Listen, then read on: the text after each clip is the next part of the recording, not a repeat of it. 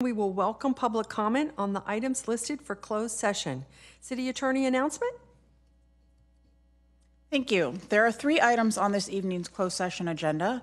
Item 2.1 is a conference with labor negotiators pursuant to California Government Code Section 54957.6.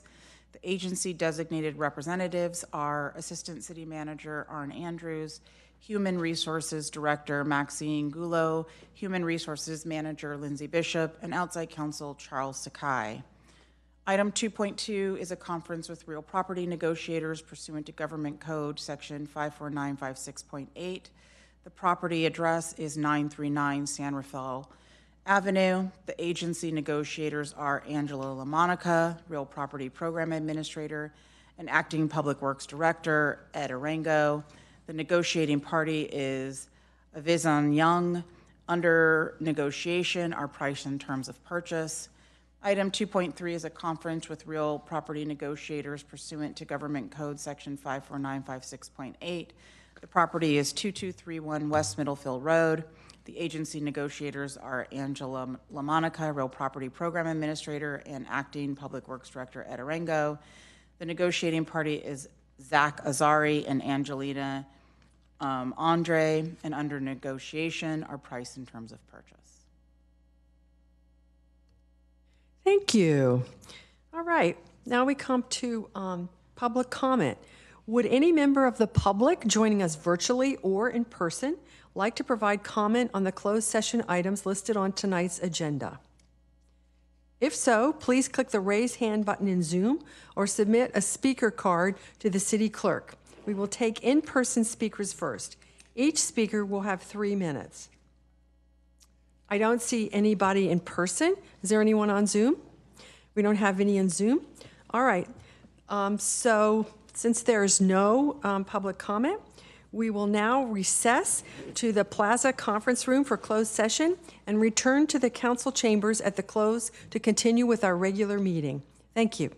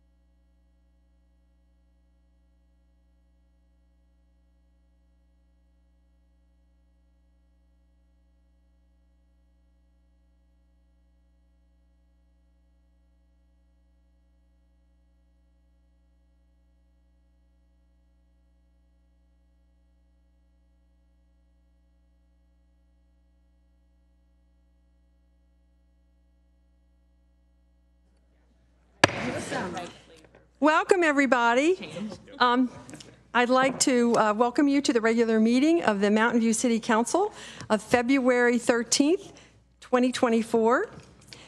Please join me in the Pledge of Allegiance.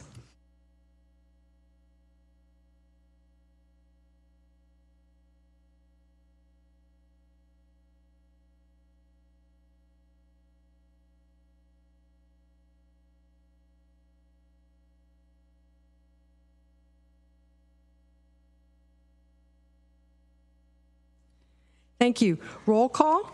Clerk, will you please call the roll? Councilmember Abe-Koga. Here. Councilmember Hicks. Here. Councilmember Kamei. Here. Councilmember Ramirez. Here. Councilmember Ramos. Present. Mayor Showalter. Here. You have a quorum with Vice Mayor Matichak absent. Thank you. All right. In recent weeks, several of our neighboring elected decision-making bodies have been subjected to disruptive, racist verbal attacks by anonymous callers during virtual public comments. The City of Mountain View is fully committed to racial, religious, and cultural equity and justice as we strive to create a welcoming, safe, and inclusive community for all. The Council welcomes respectful and non-threatening public comments regarding matters over which the Council has jurisdiction. Comments deemed otherwise pursuant to the Code of Conduct and the Government Code may be grounds for terminating a speaker's comment period.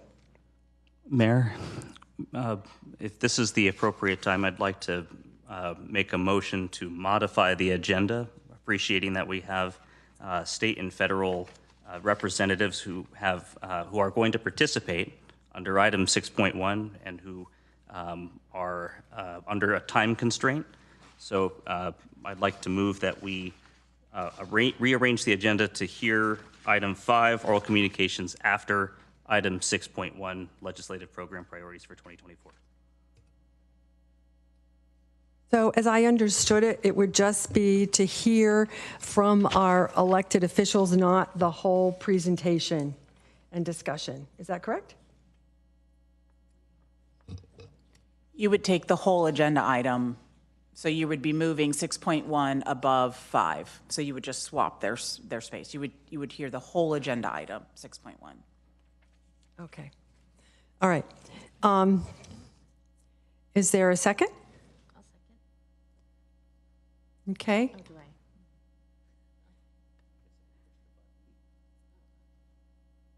I? Okay.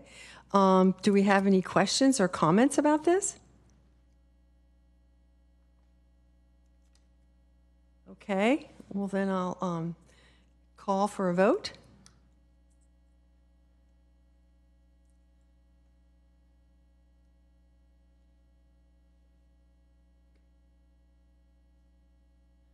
Okay, it passes 4-1 abstain. So we will move the agenda around, but what that means is, first we're going to do the next part, which is our presentations.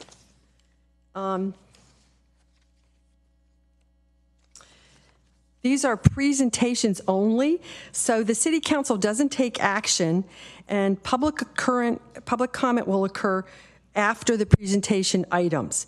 If you would like to speak on the items in person, please submit a blue speaker card to the city clerk now. Okay, well, the first one is about American Heart Month. And I've asked all of the council members to wear red to commemorate American Heart Month. And I'd like to have Dr. Frederick St. Gore from El Camino Hospital join me at the lectern.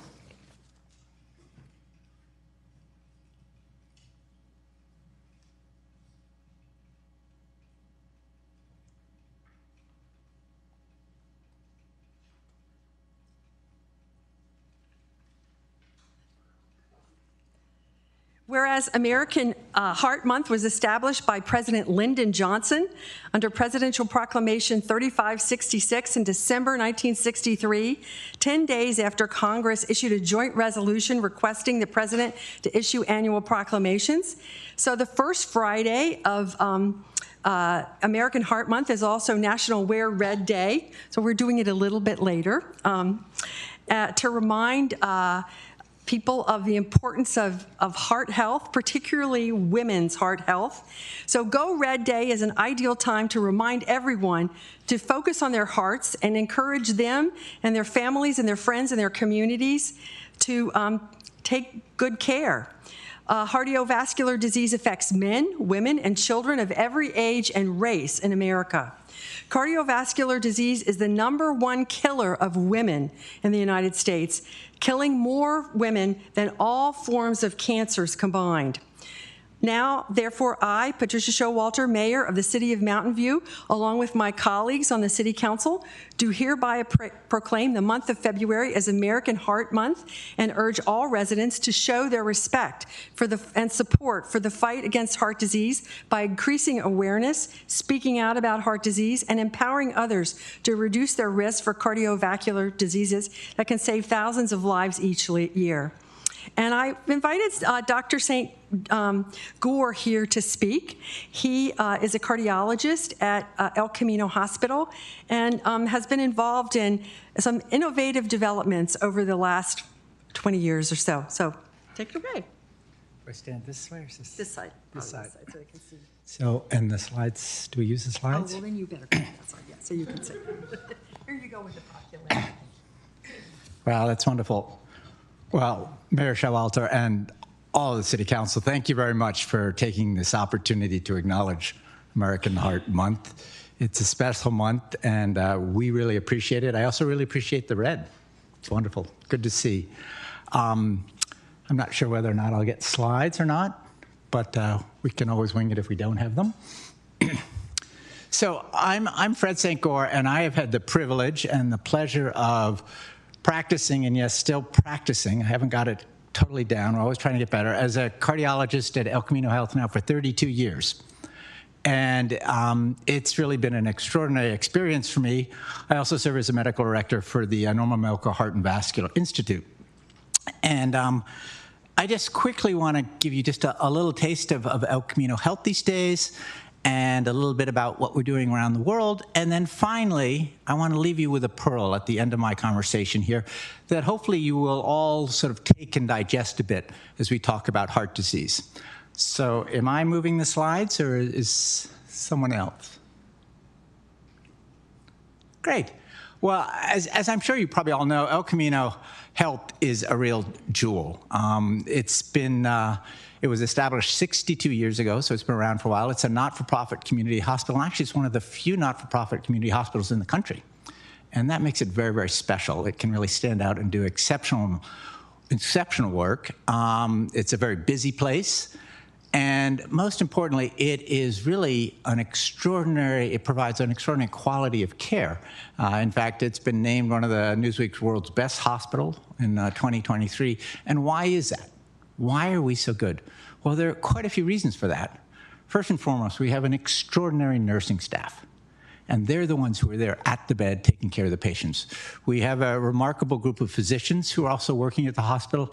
And we have a really deep group of employees who roll up their sleeves and really do their very best to provide optimal care. We also have an extraordinary board, who some of you probably have interacted with. And we also have an extraordinary foundation, which is remarkably supportive of improving care at El Camino. Whenever the next slide, please. Bing. And one of the things that's really extraordinary about the institution, and one of the reasons why it's so unique and so special, is every patient who comes into the hospital, depending on what their diagnosis is cared for not only by the physicians, not only by the nurses, but we have service lines where there's a group of nurses and clinical specialists who also take care of the patients. So you can see there's 8 separate service lines. I'm involved and oversee the heart and vascular service line. If we go to the next slide. And just to give you an example of the recognition of the service line, I'm, of course, proud of Heart and Vascular.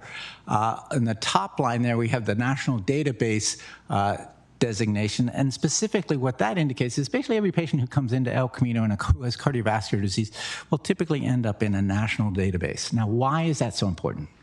Well, it's very, very important that not only is the physician, not only the nurse overseeing how the care is delivered and managed, but the outcome, and that is what we have our service lines doing.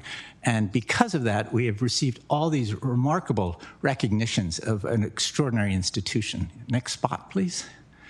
And that's allowed us to get the National Distinction of Excellence in Heart Health. So National Heart Month, we have a very special place that delivers special care, and it's recognized actually around the country. Next slide, please. The other thing that we have on the El Camino campus, which is really a jewel, is an organization, a nonprofit called Fogarty Innovation, which has been around for 18 years, which houses projects that are pushing basically the needle in medical innovation and care. We typically have between 15 and 20 projects at a time. They'll spend anywhere from 6 months to 4 or 5 years. And they've had an extraordinary impact, not only locally, but globally. And that's a really important point. We are really fortunate to have right here in our backyard Fogarty Innovation. Next slide, please. So we have 30,000 square feet in the New Sobrato building. We have the 3rd floor. And we have this mission, the mission to advance human health worldwide by forging stronger alliance among innovators, industry, and government. And again, why is that important for Mountain View? Well, it's very important that we not only really push the quality of care here in our community, but we take the responsibility that comes with being such an extraordinary community and trying to scale it nationally and, if possible, even globally. An example of this, next slide, please.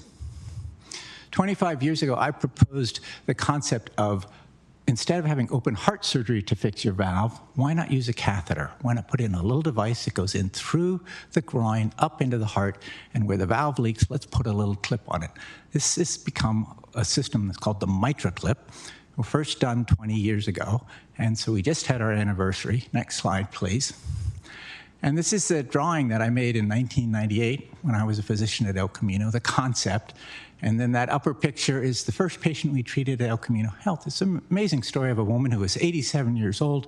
She was totally bedbound. She had a Mitra clip placed, and she lived another 5 years. And she was up working in her garden the month after she had a Mitra clip. What's even more impressive, I said that we would like to make sure that we have a global impact.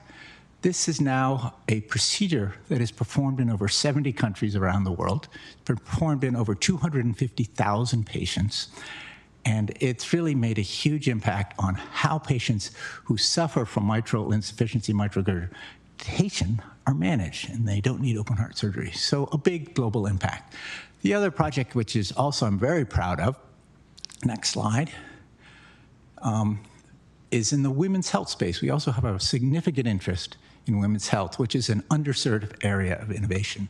This is a device that we developed at Fogarty on El Camino campus, specifically focusing on the most significant cause of maternal morbidity at the time of delivery. It's called postpartum hemorrhage, when bleeding occurs, and across the world, women expire from this more than any other reason at the time of birth. And we have developed this little device, which goes basically into the uterus, collapses down the uterus, and stops the bleeding within a couple of minutes.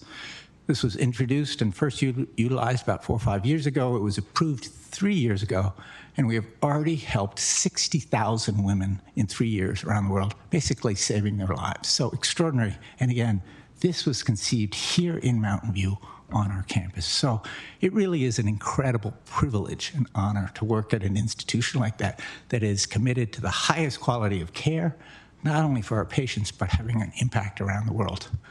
Last slide, please. All right, tomorrow, Valentine's Day. Don't forget. I want to leave you with a little heart health pearl, though.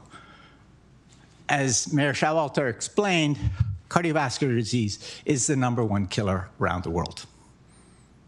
That's not debated. It's the #1 killer. But here's the pearl that I want you all to take home tonight. And that is that developing cardiovascular disease and then eventually expiring from it is optional in 2024. And what do I mean by that? Optional. And what I mean is we have such a good understanding now of cardiovascular pathophysiology. We understand why it happens, and why it develops, and most importantly, the amazing things we can do to make sure it does not progress.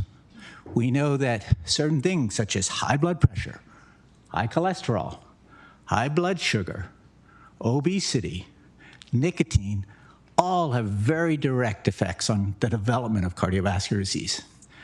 And if you, not passively, but actively, take a role in impacting all those different and addressing all those cardiovascular risk factors, you shouldn't develop progressive cardiovascular disease.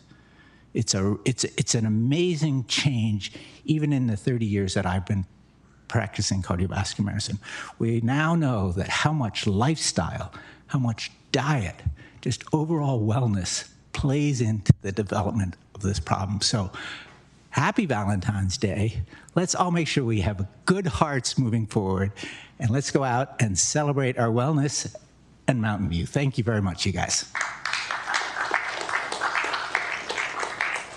And thank you very much, Dr. St. Gore. I visited the Fogarty Institute in 2016 when I was mayor before, and I was really just blown away by the innovation there. I had never known it lived here. It's quite an impactful institution and worldwide. Does anybody have any comments? No? Okay. All right. Thank you very much. And then next, we have a presentation for Black History Month.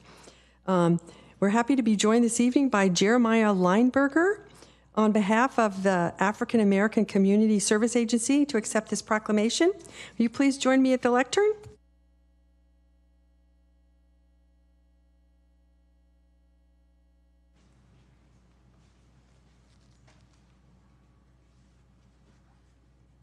How you doing?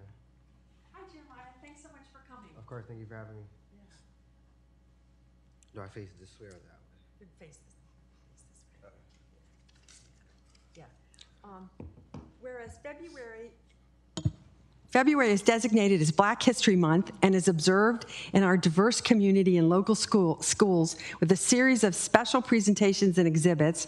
And this observation affords a special opportunity for all to become more knowledgeable about our Black heritage and to honor the many people of African descent who contribute to the progress of our nation and our community. And whereas such knowledge can strengthen the insight of all of our residents regarding issues of human rights, the great strides that have been made to eliminate the barriers to equality for all ethnic groups, and the continuing struggle against racial discrimination. Now, therefore, I, Pat Showalter, Mayor of the City of Mountain View, along with my colleagues on the City Council, do hereby proclaim the month of February as Black History Month. And thank you so much for coming. Thank you. And for the work that you do. And I'm sure you'd like to say a few words. Yes, ma'am. Thank you. Thank you, Mayor and City Council members.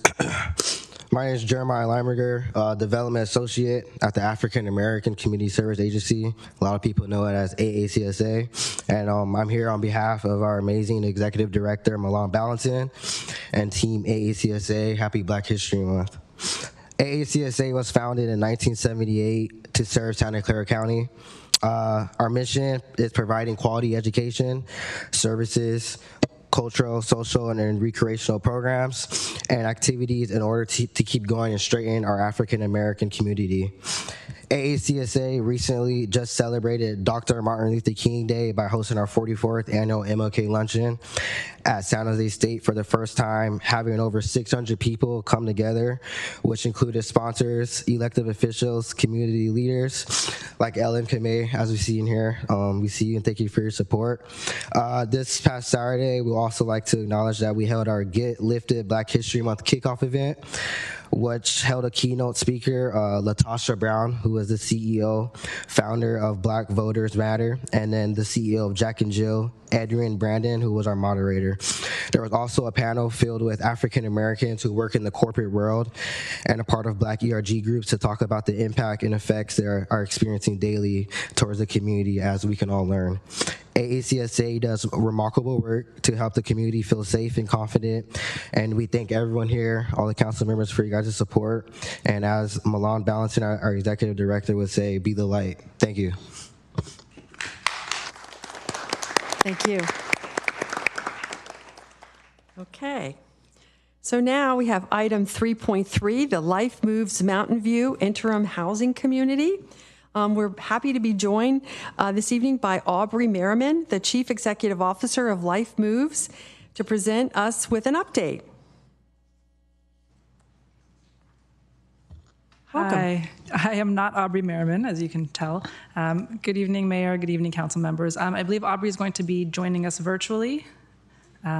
I'm also here with my colleague, Sarah Fields, Director of Community Engagement and Political Affairs, and I myself am Jocelyn Michelson, Associate Vice President of Impact and Learning for Life Moves.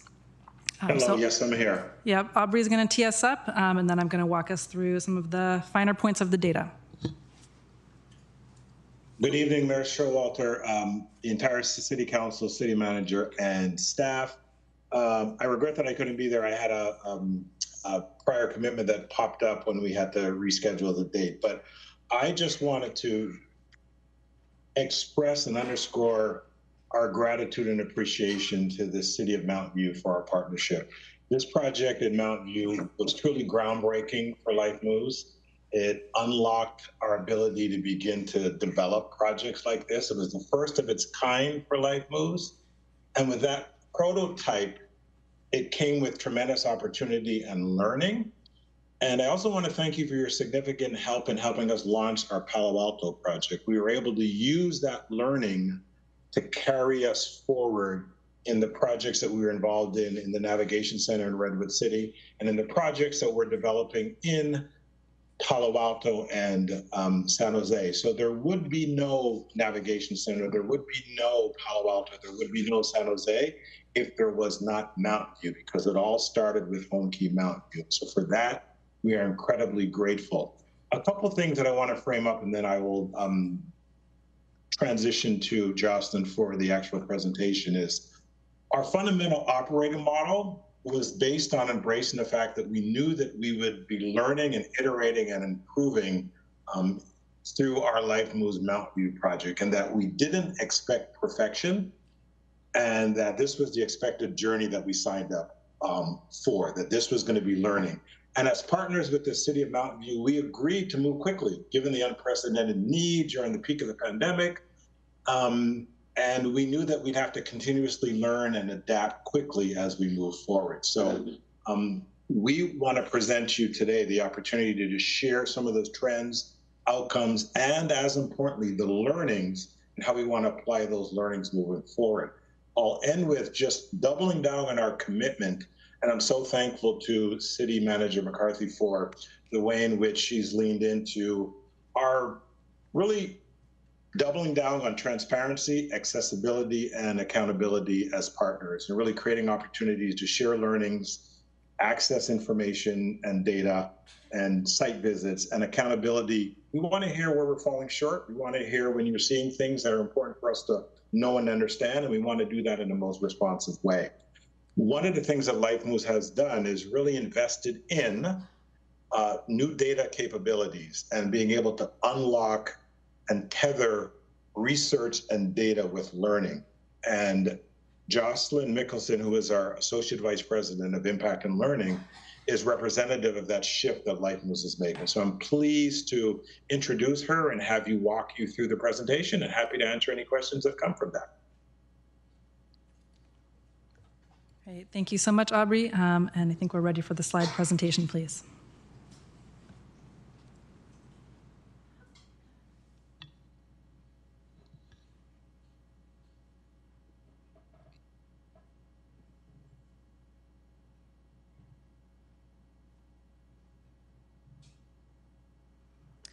Great. So as Aubrey mentioned, we really want to showcase our new ability with data. So we're going to be speaking about trends, outcomes, and opportunities, and hopefully showing you data that you haven't seen before, some different slices that has definitely increased our understanding, and we hope that will increase your understanding as well.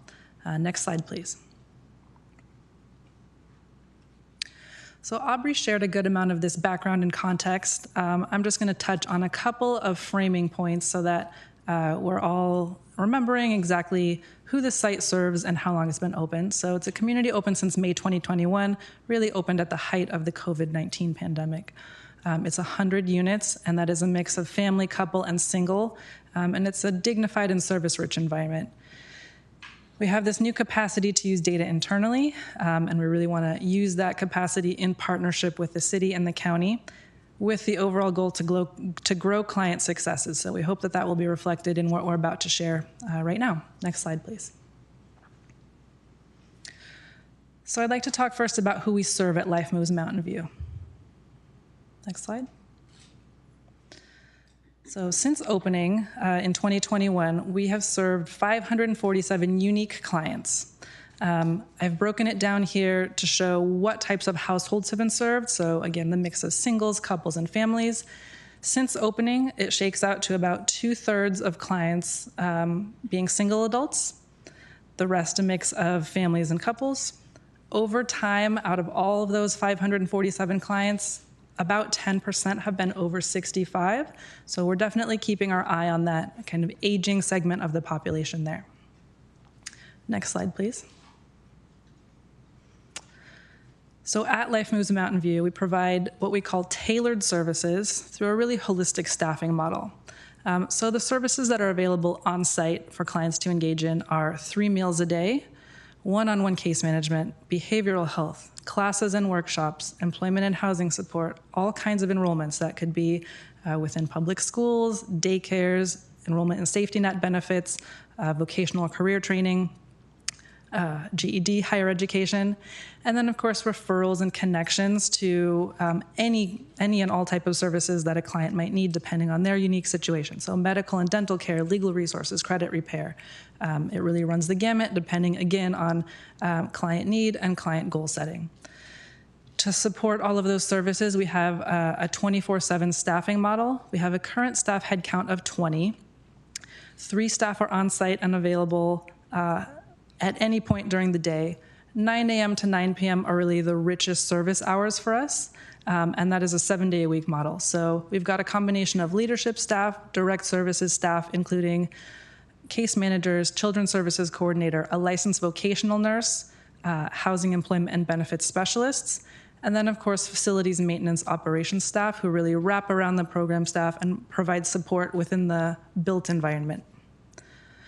Over the lifespan of the program, almost 9 in 10 clients have engaged in multiple services on site actively. So we're really keeping our eye on not only what is available, but what are people making use of. And that figure is encouraging to us because it really is a high level of client engagement in not just one, but in really the full menu of what folks have access to on site. Next slide, please. One of the things that we wanted to share with you tonight is how folks represent their affiliations with the city of Mountain View and the North County area. So nearly 8 in 10 clients have 1 or more prior North County affiliations. That includes 60% of households who had a member living in the city of Mountain View proper prior to living at the Life Move site. 2/3 of households who said that before moving to this site, they regularly used city amenities like parks or libraries or other common spaces. Almost half of households said that they had a member working in the city of Mountain View.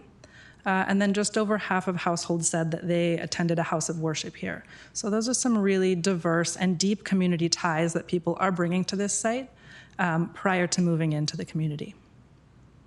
Next slide. As well, within our client community, we're seeing an interesting trend that we wanted to lift up tonight. So over the life of the project, we're seeing roughly equal numbers of clients enter as first-time homeless or chronically homeless, right? Those groups are about the same size in our community. Couples are the most likely to enter as chronically homeless. They are the smallest group on site, and they skew more toward the single adult population demographic-wise. I will talk about that in a slide or two. This slide is important because it speaks to how we use our resources and what clients are entering the site needing. And so by no means is this prescriptive, but it is an interesting trend, and it speaks to how we need to kind of train and equip case managers and other staff to support the diverse set of needs that are showing up in our client populations. Next slide, please. So I wanted to unpack a little bit those 2 different demographic sets or characteristics that are really strong on site. So we've got a large single adult group. Again, they represent about 2/3 of the clientele on site. And we have a family group who is roughly 1/3 of the clients on site. The single adult client characteristics, the average single adult coming into the community is more likely to be white and non-Hispanic. They're more likely to be male. They're more likely to have a much shorter stay at site. That's in terms of days or weeks, rather than weeks or months. They skew older, so 55 years or older would be the average. They're more likely to be chronically homeless, to have a diagnosed disability, and the couple characteristics mirror those that I just mentioned.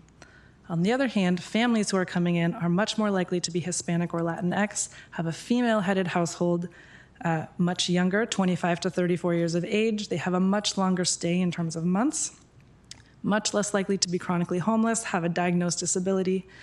So these two groups, again, it's not to elide any important differences or diversities that are on site, but it's really to help us understand who's coming in and how we use our resources best to support those groups and their needs. Next slide, please. So within that client population, we want to share with you some of the service outcomes that we're seeing on site. Next slide. So I just touched on what we call length of stay. When people enter program, how long are they with us? How long are they staying at site? So this is unpacked, excuse me, by household type. We've got single clients, couple clients, and family clients over the various program years that we've been serving folks on site. You will see that for our two main client groups, length of stay has been increasing year over year. So this is really telling us, ignoring couple clients in the middle there for a second, I can explain about that in one moment. Length of stay has been increasing, time in the program has been increasing year over year. People are moving in and staying one fiscal year into the next fiscal year. We are retaining clients at this site much longer than was originally intended. Right, you'll see that if a single client's length of stay is 190 days, that is about 6 months on average, right? Family clients, almost a year. The couple client dip in this current fiscal year can be explained because a group of couple clients who were there at the end of fiscal year 23 moved out at roughly the same time, and so a new batch has moved in. So it's not actually a dip in couple length of stay. It's more a new cycle of clients who are in couple households who have moved in. Within this group, we have about 50 clients currently residing on site who have stayed for a year or more. Of those 50, 10 have stayed for 2 years or more. And of those folks, 5 have been there for 900 days. That was as of late November. And so one of the things that we have used our new data capabilities to unpack is really, why are folks not moving on as intended? How are they getting kind of stuck in this interim housing site? We want to keep our eye on that, as we do not want it to become de facto permanent housing. That is not the intention of the site. So what we've noticed in that long stayer group is that these folks are much more likely to have a primary language that is not English, to be older, to have a diagnosed physical disability, to be single adults, and to be Hispanic or Asian American. So those are important learnings for us at a programmatic level of how can we partner with the city, with the county, how can we identify resources that can help speak to those characteristics of the long stayers and find good next step solutions for them, right? So that's something that we're really keeping our eye on very closely and working with our program teams on. Next slide, please. So wanted to touch on exit rates as well. Here I'm comparing what I've labeled COC, system performance. COC stands for Continuum of Care. Of course, that is the county-wide homeless services funding system. And I wanted to benchmark Life Moves against how that system overall is performing, so that we get an idea about how this site, over its 3 or so years, 4 years of maturation, is performing. So the continuum of care sets the benchmark or the goal for emergency shelter exits to permanent housing at 32%. Over the life of the program, we have begun to approach that, and now we're exceeding it. So, fiscal year 21 was a partial year. That was when the program opened, and it was only open for a couple of weeks, maybe 6 weeks before the end of the fiscal year. That is not representative. I'd say that fiscal year 22 was really exhibiting of growing pains and site maturation coming fully online. and then really hitting and exceeding those benchmarks over the next 2 years. So you'll see that for fiscal year 23, we moved out 41% of Life Moves Mountain View folks to permanent housing destinations. And at this year, we're at 38%. That was, again, at the end of November. The drop in placements in this current fiscal year was driven by no family exits to date when we pulled the data. That is probably a different story at this point, and so that number will likely look a little bit higher. Next slide, please. We also wanted to unpack the exit rate to permanent housing for our different household types. I mentioned earlier in the demographic section that single adults are really a challenging population to find permanent housing exits for. And so it's really encouraging to us that we've grown that number year over year and that we're really exceeding both our previous numbers and the countywide system-wide benchmark for the current partial fiscal year. Same for our couple clients, and well exceeding it for families as well. So these are encouraging trends that we're quite excited about. On average, across all of our client groups and household types, 6 out of 10 folks are exiting with some kind of voucher or other rental assistance. So that's an important group. Since opening, I will note that about a quarter of clients, 26%, have returned to homelessness. So they could have abandoned the project, they exited the project of their own volition, or they had a safety or behavioral exit. We're not discharging directly to homelessness. We do everything in our power to keep someone in program as long as we can. I highlight that to say the difficulty in serving especially chronically homeless populations, that is a number that is a reality and that we really want to keep our eye on. In addition to these positive exits to permanent destinations, we also have another 21% of folks who have exited to temporary destinations. So that could be temporarily living with friends or family, that could be inpatient treatment for substance use, or other lateral next step moves that are really positive for that person. Next slide, please. The good news is that when folks are able to secure permanent housing, they stay housed. So this is a graph showing when folks leave Life Moves Mountain View to a permanent housing destination, how likely are they to keep that housing? And for both single adult and family households, they are keeping that housing at high rates. So 3 out of 4 of our single adult clients and couple clients and almost 100% of family clients are keeping permanent housing once they are placed. So it's an intervention that's really working. Next slide, please. So from all of that, that's a lot of data and numbers. We wanted to share our learnings and next steps. What are the data telling us? How are we connecting the dots so that we can work better in partnership? So there are some program successes and limitations. Some of the great successes of the program are that the staffing model is flexible and it allows clients to receive that really tailored and individualized support that responds to their unique needs and goals.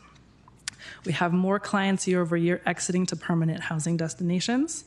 We have almost 9 out of 10 clients engaging since the beginning of the program, making use of multiple services on site in ways that really speak to them and, again, their needs in a client-driven way. And we've introduced and continued to refine some low-barrier maintenance request processes and also grievance processes so that clients' voices are heard, reflected, that we can know about and elevate issues on site and resolve them in a way that is timely and that responds to client needs. Some of the limitations that we wanted to highlight are that we are working in an ecosystem, right? So the coordinated entry system, we are one player in it. That is the system by which we're getting referrals and through which exits are made.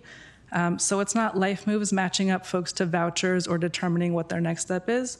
We're doing the work to help get folks stabilized and ready to sustain permanent housing, but we're not ultimately making that match, right? That's up to the system and what kind of vacancies and eligibility and vouchers there are. And so we're doing our best to match and work within that ecosystem. There's just a scarcity of all types of vouchers, all types of next step housing. That's not a Mountain View issue or even a Santa Clara County issue. That's a statewide issue and one that's pretty well documented, as well as increases in average market rate rent. So for those 40% of folks who are not exiting with a voucher or other kind of rental subsidy, that really becomes a challenge. And then finally, our line staff turnover rate. That is just a challenge in the field and certainly across all of our sites. Life Moves Mountain View has not been immune, and it's something that with our HR department we're continually working to refine so that we can keep staff as long as possible and it's not as disruptive to the client experience. Next slide, please. So some action steps going forward. What have we learned? What have we done about it? So those staff transitions can be challenging, right? We have learned that key data and processes can get deprioritized during those transitions. So part of what we did to solve that was to hire a highly skilled program director who did stabilize staffing and has been stable in that position for a while. We're always in the process, ongoing, of creating robust documentation and training plans so that staff turnover isn't quite as jarring and disruptive to the site. As Aubrey touched on at the top of the presentation, this was a pilot site created during a global pandemic. It doesn't get more one-off than that. And yet, we've used this now as a template for other sites and really moved this forward to keep housing folks in the region. I think a takeaway that we've applied going forward in those next sites that we've used, for which we've used this site as an inspiration, is that we want to make any site modifications and plan further sites in partnership with the county's Lived Experience Advisory Board. We use that at our Guadalupe site in San Jose, and it's been really positive and productive for the community. We want to be more transparent with data and our learnings as well to show what's performing well, what's not, and get ahead of problems early, course correct, use data to make good decisions about programs. So about 6 months ago, we restructured our internal data teams. We hired a senior leadership level data staff. That is yours truly. In an ongoing way, we're investing in a new database. We're beginning monthly and quarterly data reviews with all Life Moves teams, including this program, and then beginning quarterly data reviews with the county. So again, get ahead of problems early, highlight successes, course correct, all along the way, rather than just kind of all at once when the fiscal year ends. And then, of course, single adult placements into permanent housing. They are challenging. Again, not a Life Moves Mountain View issue, not a Mountain View issue, not a Santa Clara issue. It's a statewide issue. At site, we added a specialist staff to work intensively with clients on housing employment benefits. So that's a wraparound to the one-on-one case management that they're receiving. This is on top of, in addition to, specialized support in those areas. And we're really orienting that housing specialist work around fostering landlord relationships within Mountain View so that folks who are exiting either with a voucher or to market rate housing have the best options possible. Next slide, please. And as my final slide, I just wanted to share a client success story. So we had a client I'll call P, had been at the site, before coming to the site, had endured decades of intimate partner violence. She finally decided to leave that relationship and sought refuge at the site. That was in 2021. She was really kind of a resilient and inspirational resident at the site. She was able to find employment and contributed regularly most of her paycheck into her housing fund. Using the support of her case manager and other staff, of course, she learned to advocate and really had quite a remarkable turnaround. By the end of her time with us, which was about a year in total, she managed to save $11,000. And then after a stay of about a year, as I mentioned, she was able to move into her own apartment and is still housed there today.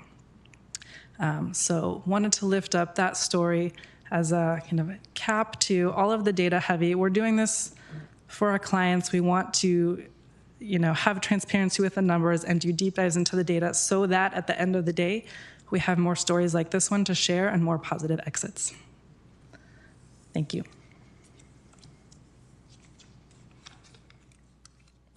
Thank you. Do we have public comment first? Or council questions?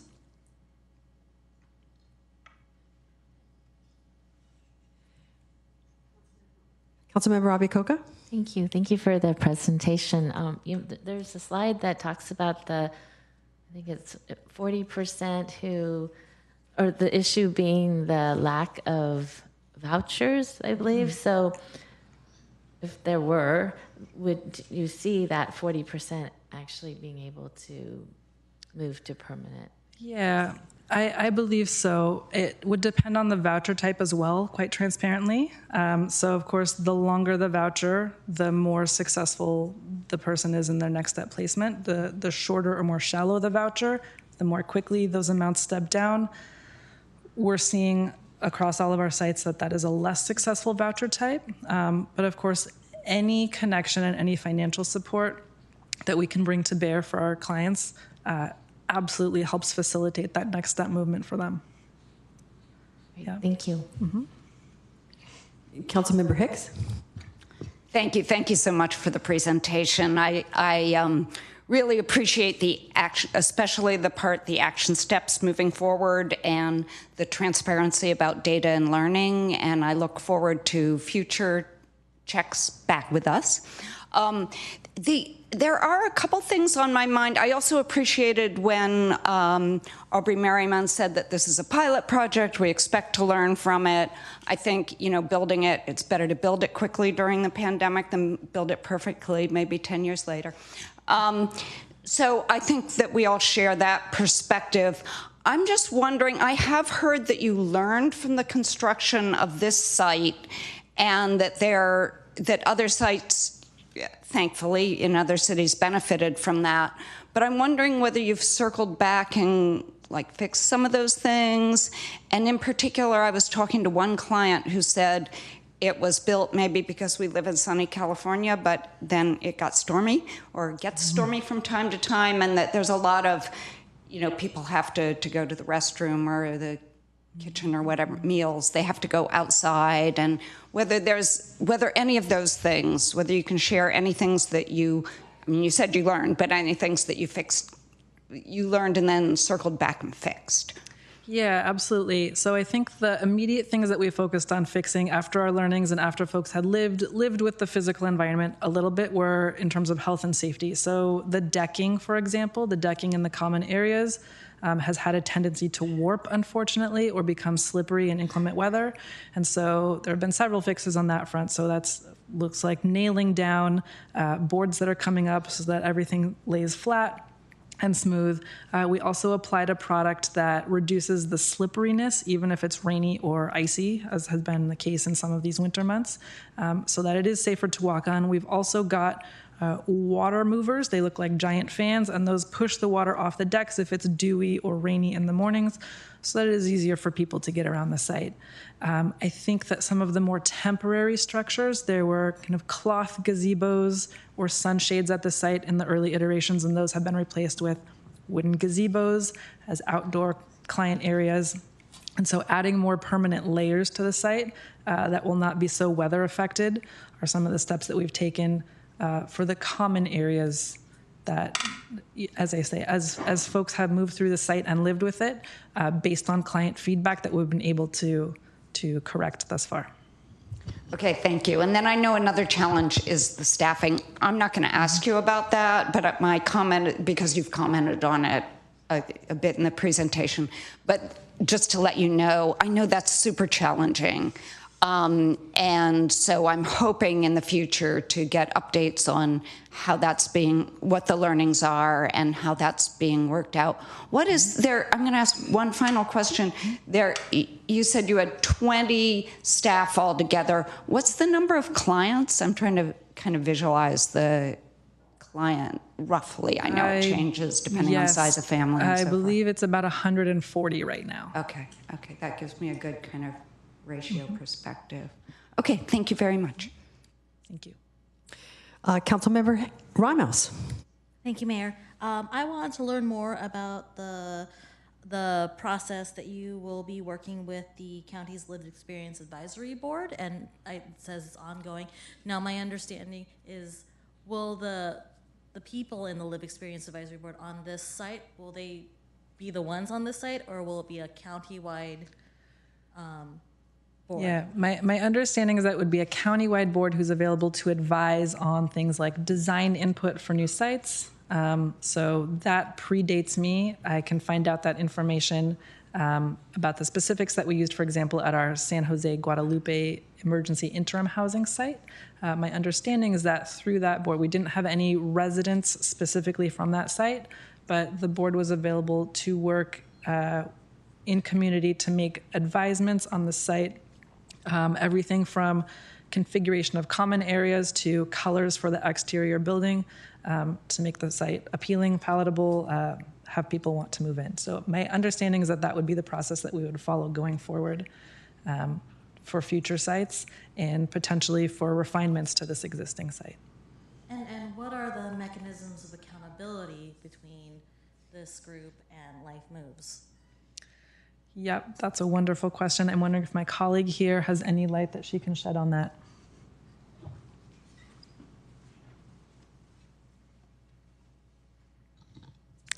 Good evening, Sarah Fields, also with Life Moves.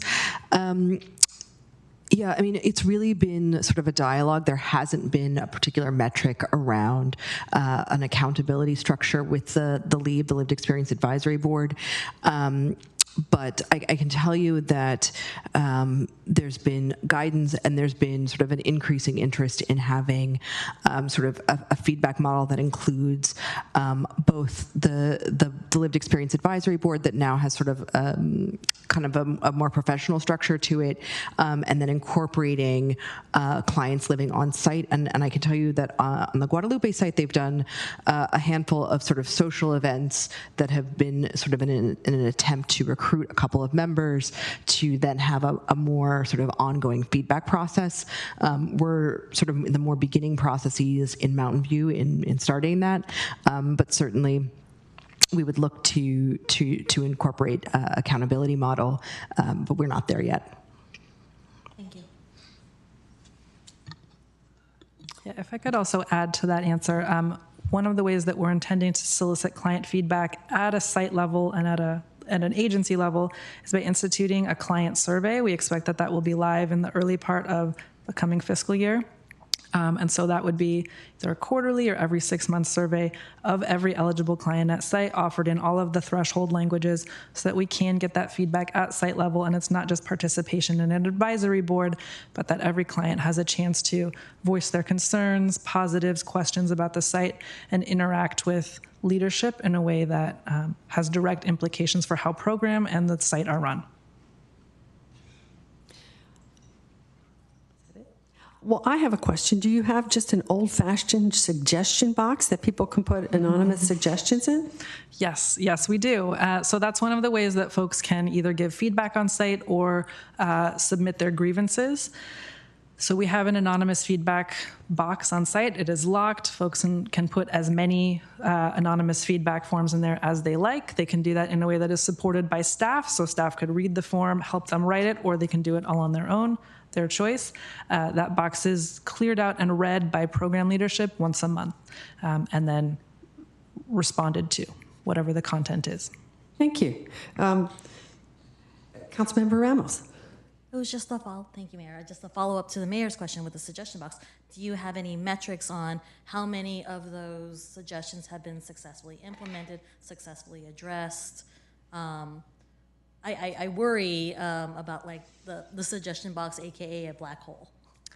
Yes, very much so. So there are two mechanisms, as I understand them, right? Not specific to the suggestion box per se, but to introduce a measure of accountability and responsiveness into the community. So that is weekly community meetings that are organized by program director or associate program director on site, open attendance.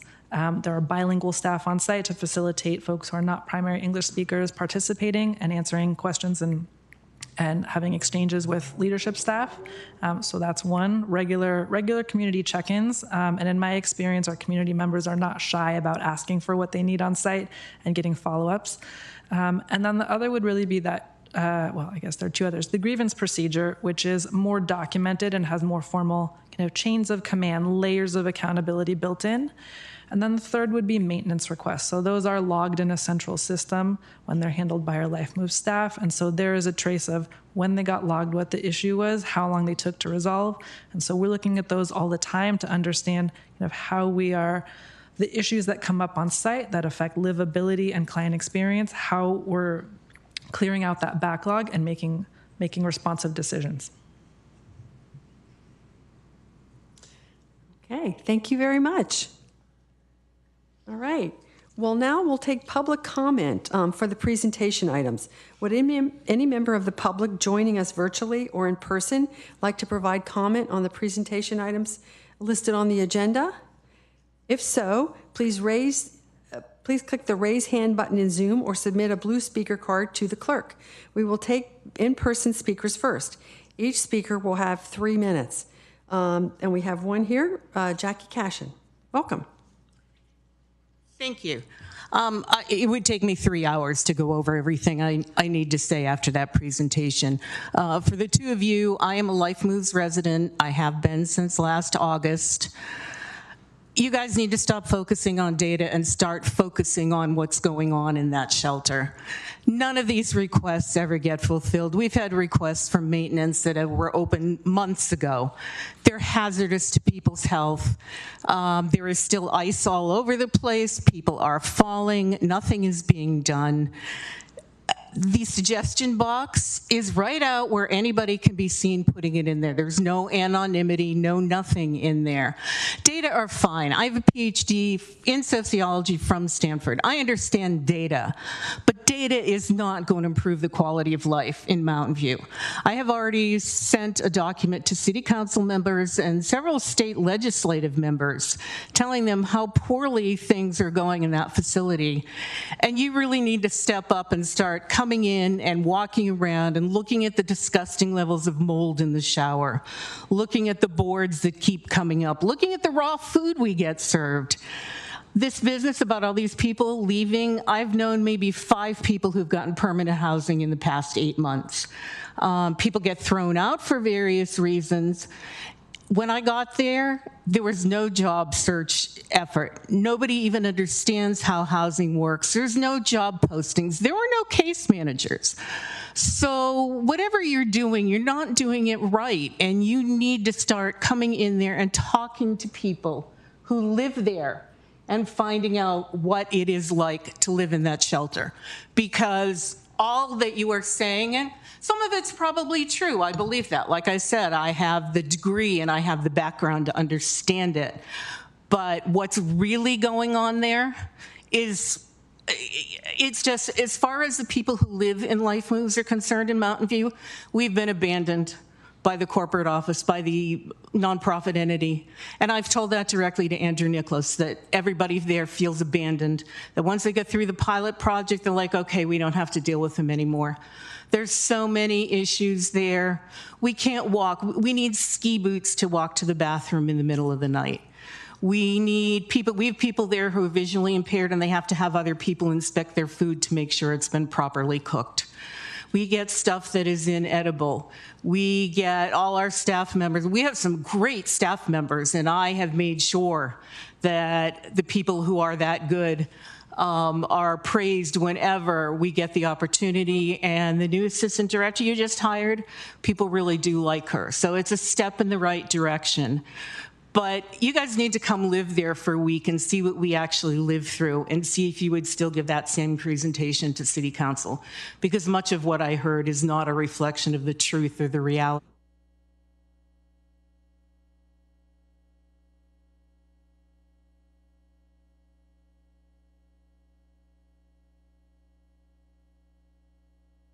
Okay.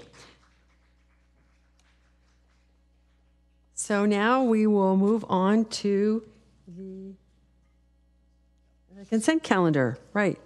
Okay, these items will be approved by one motion unless any member of the council wishes to remove an item for discussion.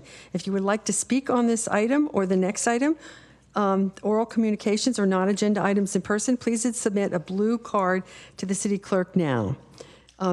Would any member of the council like to pull an item?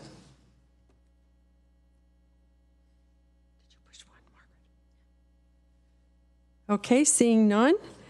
Would any member of the public joining us virtually or in person like to provide comments on these items? If so, please click the raise hand button in Zoom or submit a blue speaker card to the city clerk. We will take in-person speakers first. Each speaker will have 2 minutes. Does anybody have a comment on the consent calendar? Seeing none, and nobody on Zoom either? Nope, okay, we'll give it a try. Then now I'll bring back this item for council action and note that a motion to approve the consent calendar also requires reading the title of the resolutions attached to 4.1, 2, and 3. Councilmember Ramos, you made the motion. Thank you, Mayor. I move the consent calendar, including item 4.1, adopt a resolution of the City Council of the City of Mountain View, 1, accepting and appropriating a state California permanent local housing allocation, PLHA, program award in the amount of $1,094,136, 2, allocating $930,000 of the PLHA funds to the 96 West El Camino Real Affordable Housing Project. 3, allocating $110,000 of the PLHA funds to the below market rate down payment assistance pilot program. 4, authorizing the use of up to $54,136 of the PLHA funds for eligible administrative costs. And 5, reducing the previous appropriation of $8 million from the Housing Impact Fund for the 96 West El Camino Real project by $930,000 to be read in title only, further reading waived. Item 4.2, adopt a resolution of the City Council of the City of Mountain View authorizing modification of the terms of the exclusive negotiation agreement with Affirm Housing for an affordable housing development at 87 East Evelyn Avenue to increase the initial negotiating period to 210 days and the optional extension period to 180 days, and authorizing the city manager or designee to execute the modified ENA to be read in title only, further reading waived. And item 4.3, adopt a resolution of the City Council of the City of Mountain View, 1, accepting and appropriating State of California Local Housing Trust Fund grant in the amount of $4,205,452. 2, allocating $2,400,000 of the LHTF grant funds to the 1020 Terabella Avenue Affordable Housing Project, and $1,600,000 of the LHTF grant funds to the 1012 Linda Vista Avenue Affordable Housing Project. 3, allocating the remaining balance of the LHTF grant funds in the amount up to $205,452 for eligible administrative costs. 4, reducing the previous appropriation of $13,500,000 from the below market rate in lieu fund to the 1020 Terabella Avenue project by $2.4 million, and 5, reducing the previous appropriation of $10 million from the below market rate in lieu fund for the 1012 Linda Vista Avenue project by $1.6 million to be read in title only, further reading waived. Thank you. And we have a second from Councilmember Kamei. That was quite a bit to read. Good job. So now, do we have any comments by council members or on the motion? Okay, then let's vote.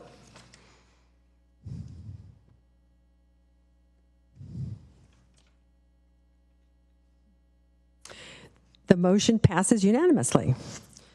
All right, so now we are going to go to item 6, the study session. 6.1 is the legislative program priorities for 2024. And the purpose of this study session is to receive City Council input on the proposed legislative program issues to guide the city's regional, state, and federal legislative advocacy during the 2024 session.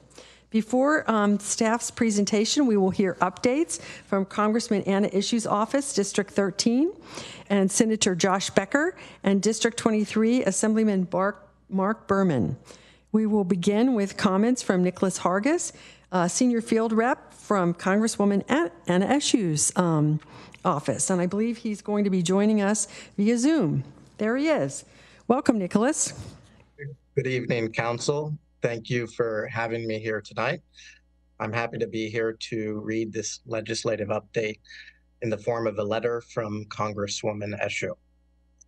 Dear Mayor Showalter and members of the City Council, thank you for inviting me to participate in your study session on the city's legislative program priorities for 2024. I'm pleased to share with you my legislative priorities for the coming year. First, in the area of appropriations. Passing a budget is one of the most important tasks for Congress each year, but due to partisan disagreements over spending levels, Congress has yet to pass appropriations bills for fiscal year 2024, which began last October. In a challenging fiscal environment, my top priority is to prevent harmful budget cuts to programs that communities like Mountain View rely on, including Community Development Block Grants, the Home Investment Partnership Program, and Assistance to Firefighters Grants. I'm proud to have secured $1 million in the House Appropriations Bill for the Evelyn Affordable Housing Project, which, as you know, will address housing insecurity by providing affordable rental units for extremely low-income residents. The House and the Senate will pass the fiscal year 2024 appropriations legislation in the coming weeks, and I'm working hard to ensure this vital funding is included. Shortly after Congress finalizes appropriations for fiscal year 2024, I anticipate the Appropriations Committee will announce the criteria for community projects for fiscal year 2025, and I will follow up with you at that time regarding how the city can submit projects for me to consider it. Next, in the area of transportation. I'm very proud to have voted for the Infrastructure Investment and Jobs Act, the largest investment in public transit, water infrastructure, and broadband in our nation's history. The Bay Area will receive $4.5 billion in guaranteed funding over the 5-year life of the law, and cities can apply for an additional $140 billion in competitive grants. I succeeded in including $3 billion for grade separations in the law, establishing the first dedicated federal funding for grade separations. These infrastructure projects are critical to improving safety and reducing traffic, but as you know, they are incredibly costly for cities to build. I understand that Mountain View is seeking federal funding to help address a $31 million funding shortfall for the Ranksdorf Avenue grade separation project, and know that I stand ready to assist you should you apply for any federal grants for this or any other projects in Mountain View. And finally, in the area of climate change. In 2022, Congress passed the Inflation Reduction Act, which includes the most significant investments in addressing the climate crisis ever passed by Congress, lowering our carbon emissions by 40% by 2030. The Biden administration is working hard to stand up the various programs established by the law, and one of my priorities for this year is to ensure they are implemented promptly and effectively. I also voted several times last year against efforts to undermine and repeal the law, and I will continue to do so. Many of the Inflation Reduction Act programs are tax credits that our mutual constituents can use to save money on electric vehicles, solar panels, heat pumps, and other energy efficient improvements to their homes. Others are grants that cities can apply for to support their efforts to reduce their emissions and improve resilience to climate change. The White House has provided a full list of available programs at cleanenergy.gov, and my office can assist you in identifying the best funding opportunities to meet the city's priorities. I hope this information is helpful to you as you consider the city's legislation priorities for 2024. I'm honored by the trust you've placed in me to represent you in Congress and look forward to advancing our shared priorities in the year ahead. Thank you very much, Nicholas. Would it be happy possible to take any questions and relay them to the office and get answers? That's great. Well, my first question is, can you send us a copy of your remarks? Yes, absolutely. Yeah, that would be appreciated. There was a lot of detail in there that I didn't get down. Okay, so are there questions for Mr. Hargis? Okay, I don't see any right now. We may have some questions after the other representatives speak. Thank you so much. All right, so the next representative will be will be Senator Becker. And he is also participating via Zoom. Is he available? Excellent. Yes, can you hear me? There you are. Welcome. Excellent, excellent. Zooming in from Sacramento. Good to be here with all of you, and really fascinating presentations, particularly in El Camino Health, and to get the Life Moves update. Really fascinating, useful stuff. So glad I was able to hear that. Happy to talk about legislative priorities. As you know, the budget situation in Sacramento is not as rosy as it has been in previous years. So we're working to address the budget and work it out for this year. And I hope that we will then also start to consider some of the longer term issues. We do have substantial reserves of $30 billion plus. I'm sure we will tap some of that this year, but hopefully not more than a third to half of the reserves. Climate funding, which goes through my subcommittee, is of utmost priority for me to protect, and is subject to a lot of cuts in the governor's budget. So I'm sure there'll be much discussion around coastal resilience, as well as all of our climate priorities. Been happy to engage with the council and with many of you on critical issues. The El Camino project of utmost importance and top of mind, and we had a good town hall on that in the fall, including with city staff. Was able to get $1.5 million for the Community Services Agency of Mountain View and Los Altos, and we had a really nice presentation of that in the fall. Some of you were there for us as well. And great to hear the update on affordable housing and the work that Mountain View is doing. We had an Affordable Housing Roundtable in my office where the council was represented and discussed how do we build more affordable housing. Of course, a lot of that comes down to dollars. And one update is that I have a new role as chair of the Bay Area Caucus, and that's chair of our 27-member Bay Area Caucus. And so that gives me a platform to work on regional issues like housing, homelessness, transportation, public safety. And at our last meeting, we did a presentation on BAFA. And as you know, that has potential to deliver significant dollars for Mountain View and for our region for affordable housing. And we'll be hearing more about that campaign, I'm sure, soon. In addition to that, we have the need for a new housing bond that I hope we'll get on the ballot in November, different than the bond that will be on the ballot in March. That one, of course, is about behavioral health housing, targeted to build 11,000 units that we are all voting on right now. But there will be a series of bonds that may be on the ballot in November, housing bond, and also a resources bond, a climate bond dealing with water, wildfire, and as well as hopefully some clean energy provisions in there as well that I'm working on. And a lot of that comes through my subcommittee, my budget subcommittee.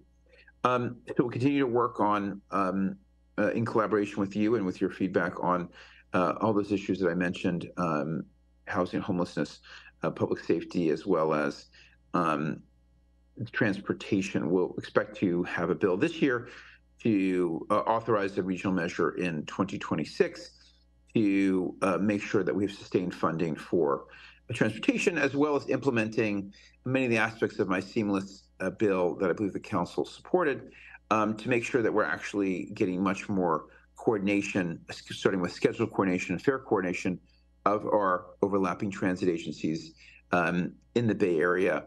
And we are, MTC is already working towards that now, but we expect to put more provisions in there so people know that there'll be an improved transit system as well as a sustained funding, and then also the safety provisions that have been worked on for BART particularly, but really across the system. So as we go to electrified Caltrain, we know that we've got a safe and well-funded system going forward. So that's a lot of work to be done.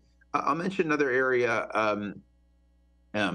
well, two more areas. One, education, I know is a big priority as we roll out universal TK. So that's a grade of preschool, making sure we roll it out hopefully in the right way.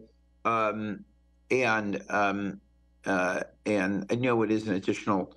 I've heard from schools in say northern Santa Clara County where they're not necessarily getting more dollars for this. So we're kind of looking closely at the implementation of that. But also continue to make sure that K-12 funding is protected, as well as UCs and CSUs. We actually had the highest percent ever of California students in the UC system, for example, and that was product of some work that we've done at the legislature. And lastly, another big priority this year for myself and the legislature will be looking at artificial intelligence and AI regulation. This technology is moving very quickly, and many of this technology comes from our California companies. I'm sure there'll be lots of benefits from it, but we also have real risks in terms of election disinformation, in terms of deep fakes, and other things that we're seeing, including cloning of audio and video that are deeply concerning. And I've introduced an AI Transparency Act.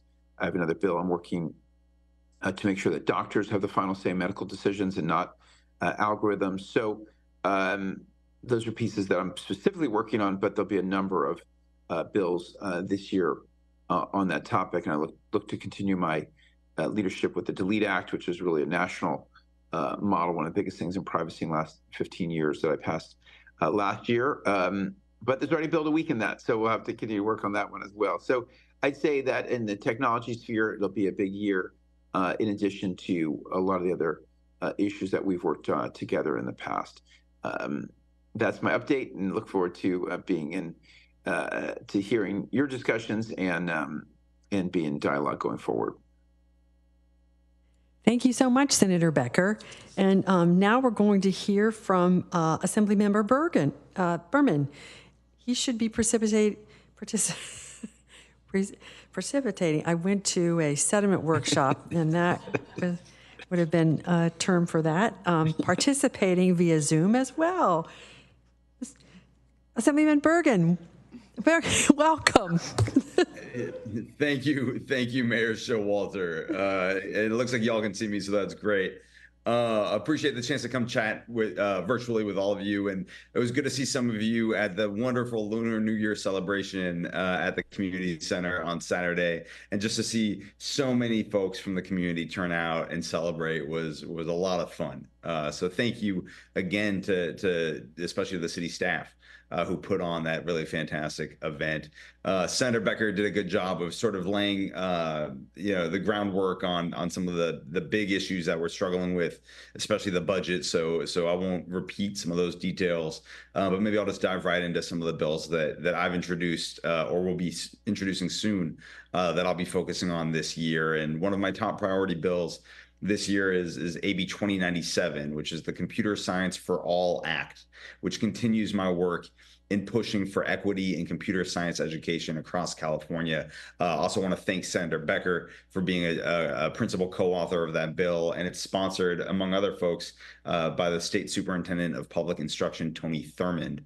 AB 2097 would guarantee that all students in California have access to computer science education and establish computer science as a high school graduation requirement. The sad reality is that 27 other states already require every high school to offer a computer science course, and 5 states, Arkansas, Nebraska, Nevada, South Carolina, and Tennessee, already require a computer science course for high school graduation. So we are looking up to Arkansas and South Carolina when it comes to good education policy, good computer science education policy here in California, and that's embarrassing. California has fallen behind 40 other states in the percentage of high schools offering at least one computer science course. And too many of our students, even in Silicon Valley, grow up in the shadows of these tech companies that are creating world-changing technology and offering good-paying careers, but they go to schools that don't give them the skills they need to one day try to get jobs at those companies. And this is something I saw before I got elected to the Assembly when I was working at the Silicon Valley Education Foundation in San Jose. And it's an effort that I've been working on for years on computer science education. I'm confident that 2024 is going to be the year that we really push this through and guarantee access for all students. The senator mentioned that there's going to be a big focus on artificial intelligence and regulating AI. He's absolutely right. That's actually something that I first had introduced and had 2 bills signed into law in 2019. So 5 years ago, I was working on artificial intelligence, in particular, deepfake technology, 1 bill in particular in the election space. And I think it was that work that I had done 5 years ago that led to the California District Attorneys Association coming to me a couple of months ago with a problem that they were having. Which is that they were finding people in California who were in possession of, who were creating, who were selling child sexual abuse material, otherwise known as child pornography, that was made using AI technology. And that was taking advantage of a loophole that we had in California law that said that the image had to be of an actual child. Now, I would argue that every image of child sexual abuse material that's created using AI is victimizing thousands of actual children because this technology actually scrapes the internet. It goes, the technology goes across the internet, takes images of children from people's public social media feeds, even from school websites, and they feed all those images into the algorithm that spits out an AI-generated image, and in this case, a sexually explicit image of a child. And so we're going to close this loophole. It's critical that we pass legislation to stop people from perpetuating child exploitation and to protect the children of California. And so that is AB 1831. Which will add AI-generated obscene images into the definition of child sexual abuse material to prohibit the possession, distribution, and creation of these AI-generated child sexual abuse material images. Another bill that I want to talk about that we haven't introduced yet, I think we're planning to introduce it tomorrow, is legislation to provide health insurance coverage for wigs for Californians experiencing medical hair loss due to health conditions like alopecia. And this bill actually came out of a meeting with constituents, including a Mountain View high school student who shared her story about living with alopecia and how essential a wig is to her for self-esteem and feeling confident in her own skin. The bill is a really, really uplifting example of the courageous advocacy that comes out of my district, and in this case came out of Mountain View. So we don't have a bill number yet because we'll be introducing this bill in the next couple of days. But I'm really excited to lead this effort. One of my best friends when I was growing up had alopecia, and so I know the impact that can have, and was grateful to these youth that came to my office a couple of months ago to advocate for this and to turn it into action. I also want to touch upon an issue that has been getting a lot of attention that Senator Becker and I have been working together on, which has to do with income-based fixed charges by the investor-owned utilities. And I'm a joint author of a bill that was just introduced last week in the Assembly, AB 1999, to repeal the income-based fixed charge for utility bills. If AB 1999 is approved, if income-based fixed charges at the rates that the investor-owned utilities are proposing are approved, then they will reduce the incentive for energy conservation, and they'll provide a break to some of the biggest energy users in our communities, while they're penalizing smaller energy efficient homes and penalizing working class Californians. And an income-based fixed charge would have disproportionately burdened Californians living in high-cost areas like the Bay Area and like Mountain View.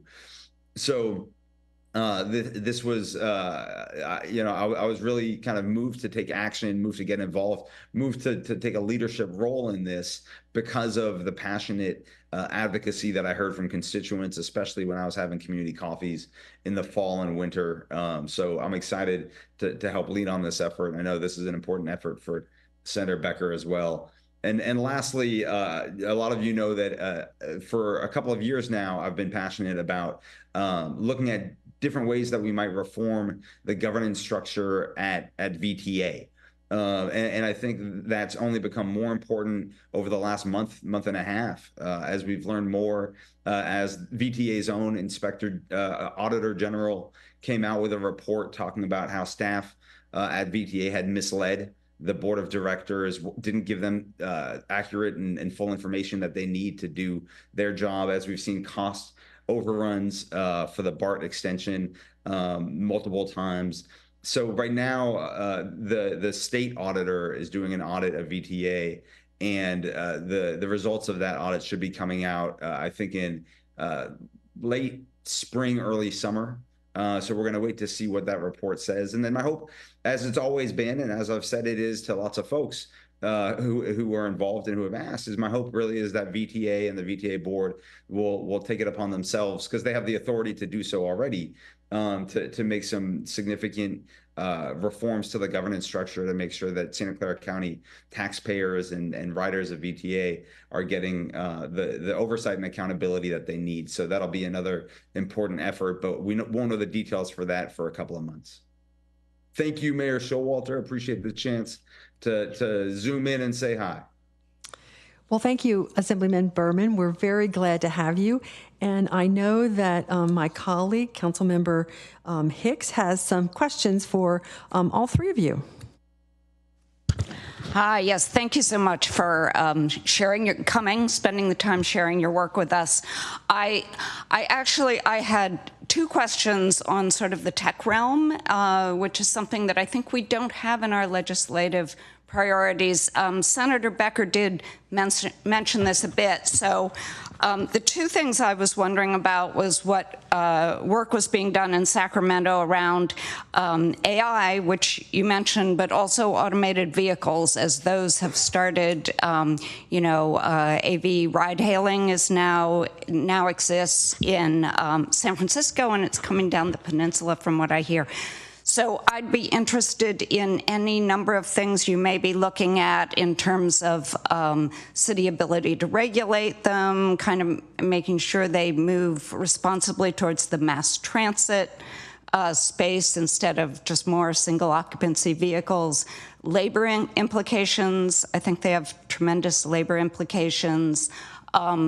Safety, particularly for pedestrians and bikers, as they seem to have so far in San Francisco, have more accidents with them than they seem to be looking out pretty well for other cars. So anything about automatic vehicles, and then, yeah, I was also interested in anything you're looking at regarding AI, although you did talk about that a bit. But also in terms of, I have to say, I've talked to residents who have been recently laid off from our tech companies due to AI, and their families. So anything regarding sort of the changing labor landscape also. So those are my questions. For any one of the three of you, or all three?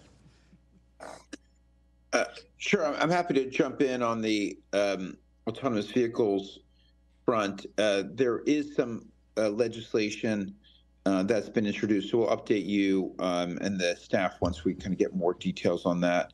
On the autonomous vehicles, there was a bill in trucks last year that got vetoed by the governor, but I think you're asking particularly about the more passenger vehicles that are now supposed to be coming down the peninsula. So we'll get updates on that. Obviously, there was one provider that had significant incidents in San Francisco, and I don't think that's one that's currently contemplated on the peninsula. But happy to update the staff once we get more info on that.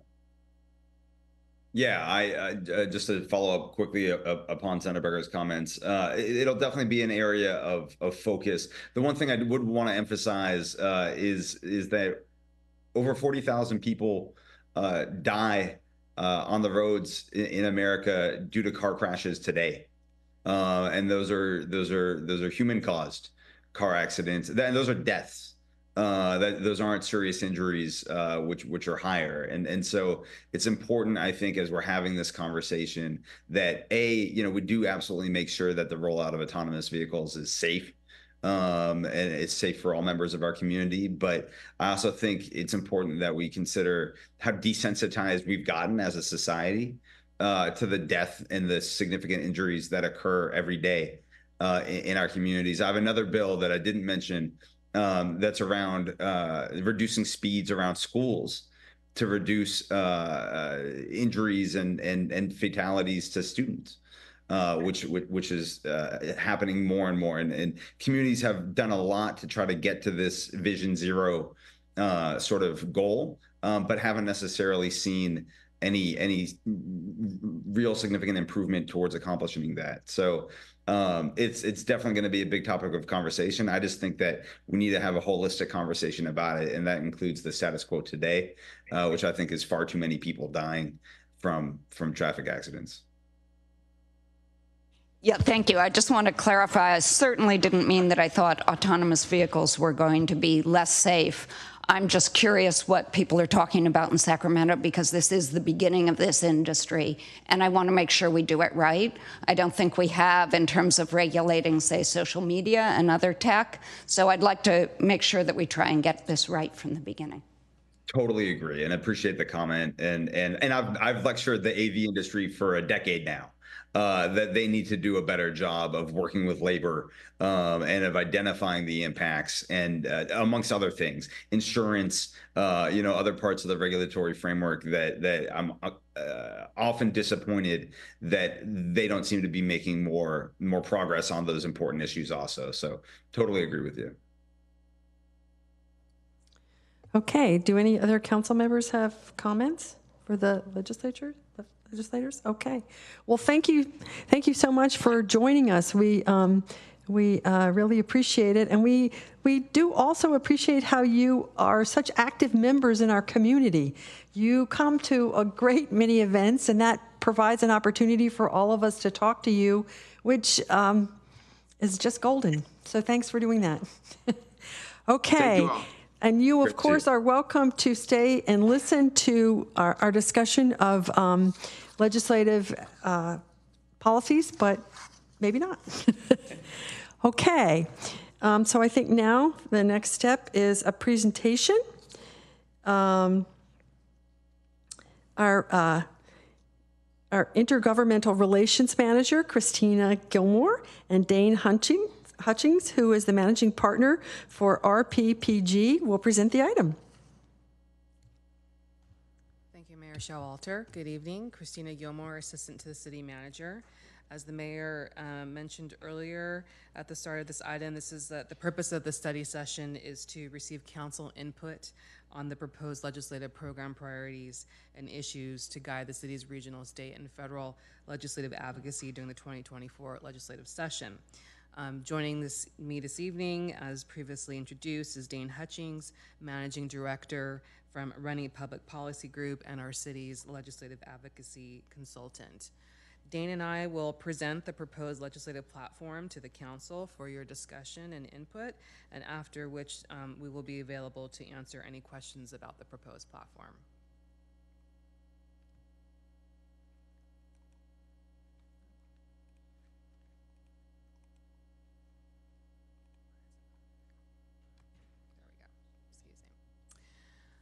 So as background, the City Council, as part of their fiscal year 2021-22 and 2022-23 Strategic Action Plan priority, reaffirmed their commitment to implementing an enhanced legislative program and maintaining an effective intergovernmental partnerships under the organizational strength and good governance strategic priority.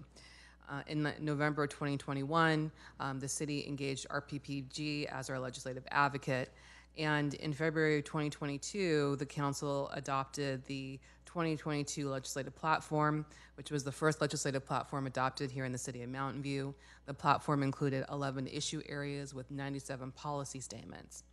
Last year, in February 2023, we adopted year 2 of the legislative platform with 11 issue areas and increasing the policy statements from 97 to 100 policy statements.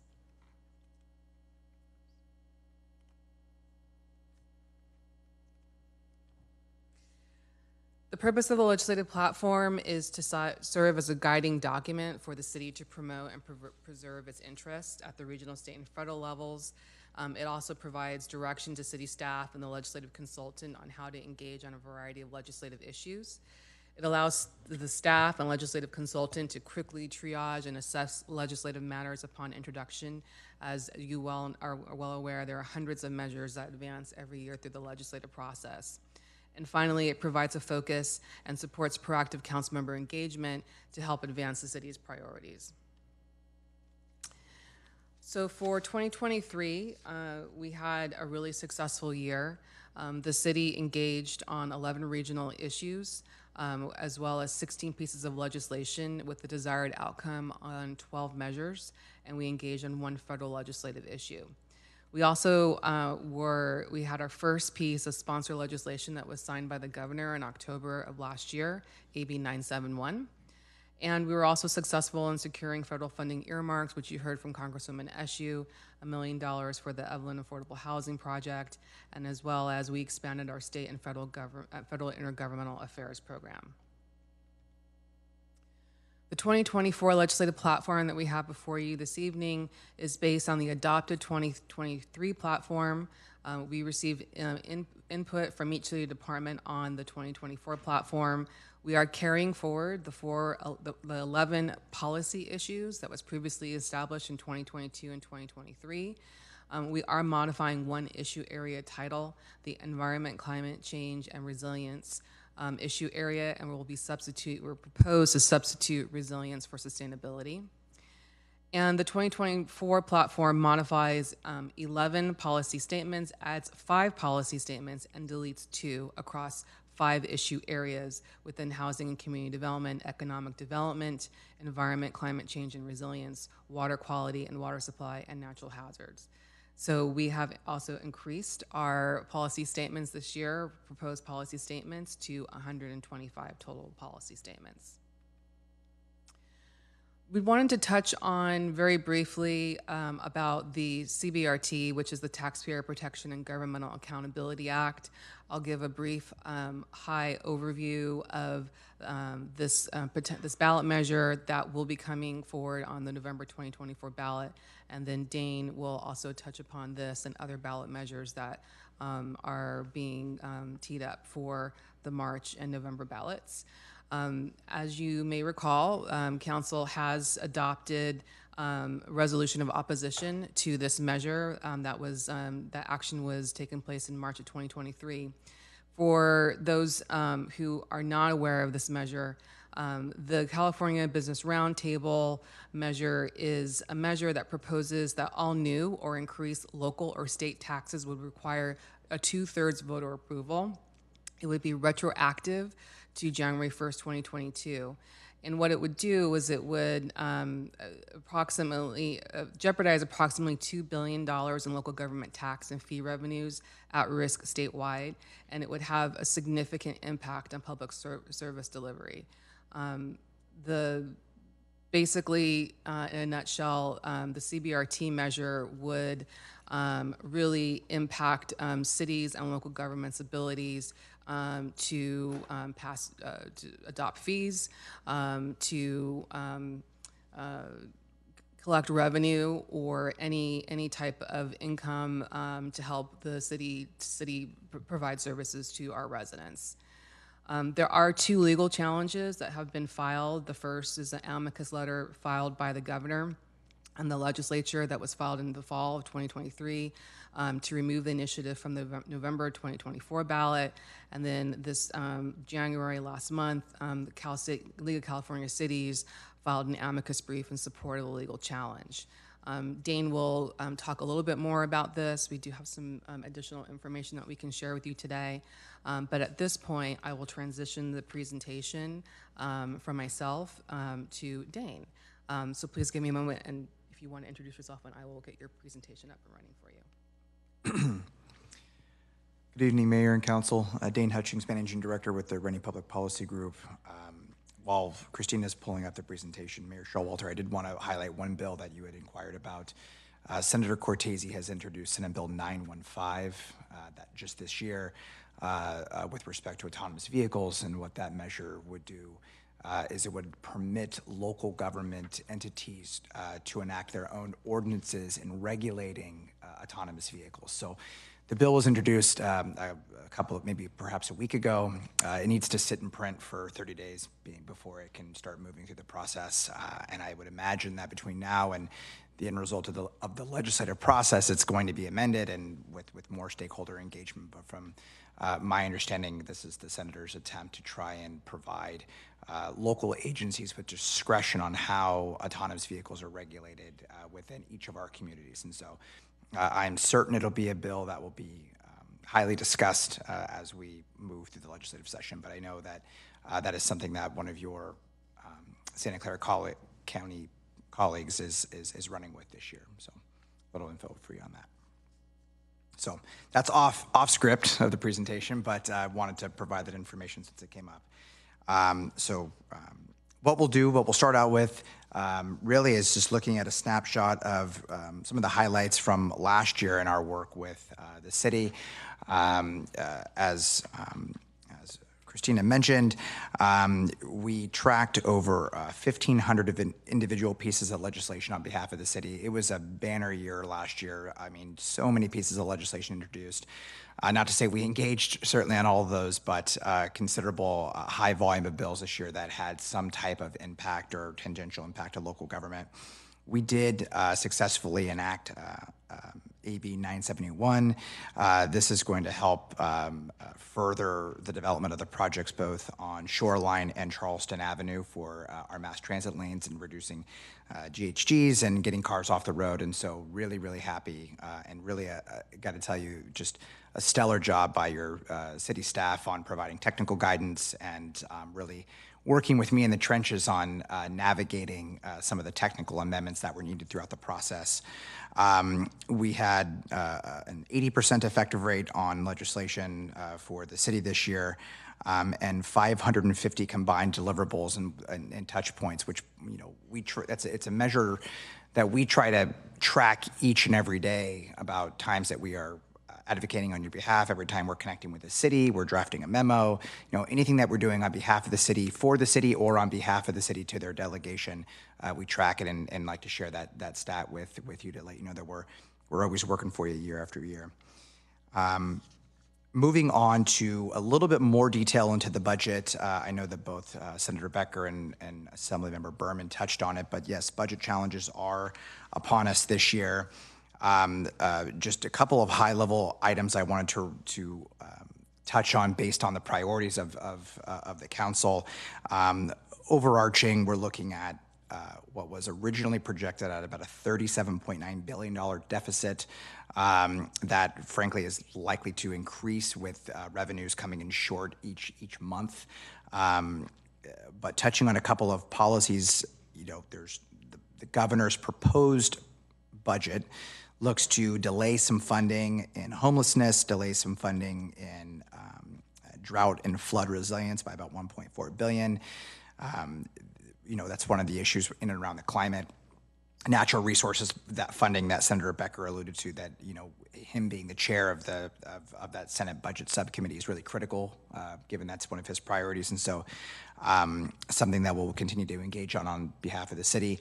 One thing I did want to highlight too on the housing front, I know that the city has worked absolutely tirelessly to become a pro-housing designated city by HCD. That is no small feat. It is an incredibly high bar, and you are amongst a small number of cities statewide that have achieved this.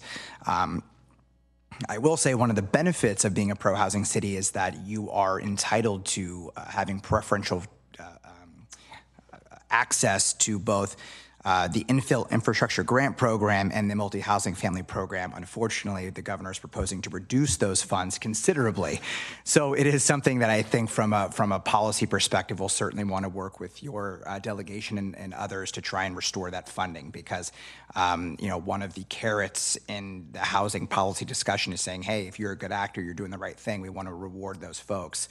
So seeing considerable reductions in those two buckets where local governments can try and help bridge that funding is going to be critical as we advance your priorities this year. So more to do on that.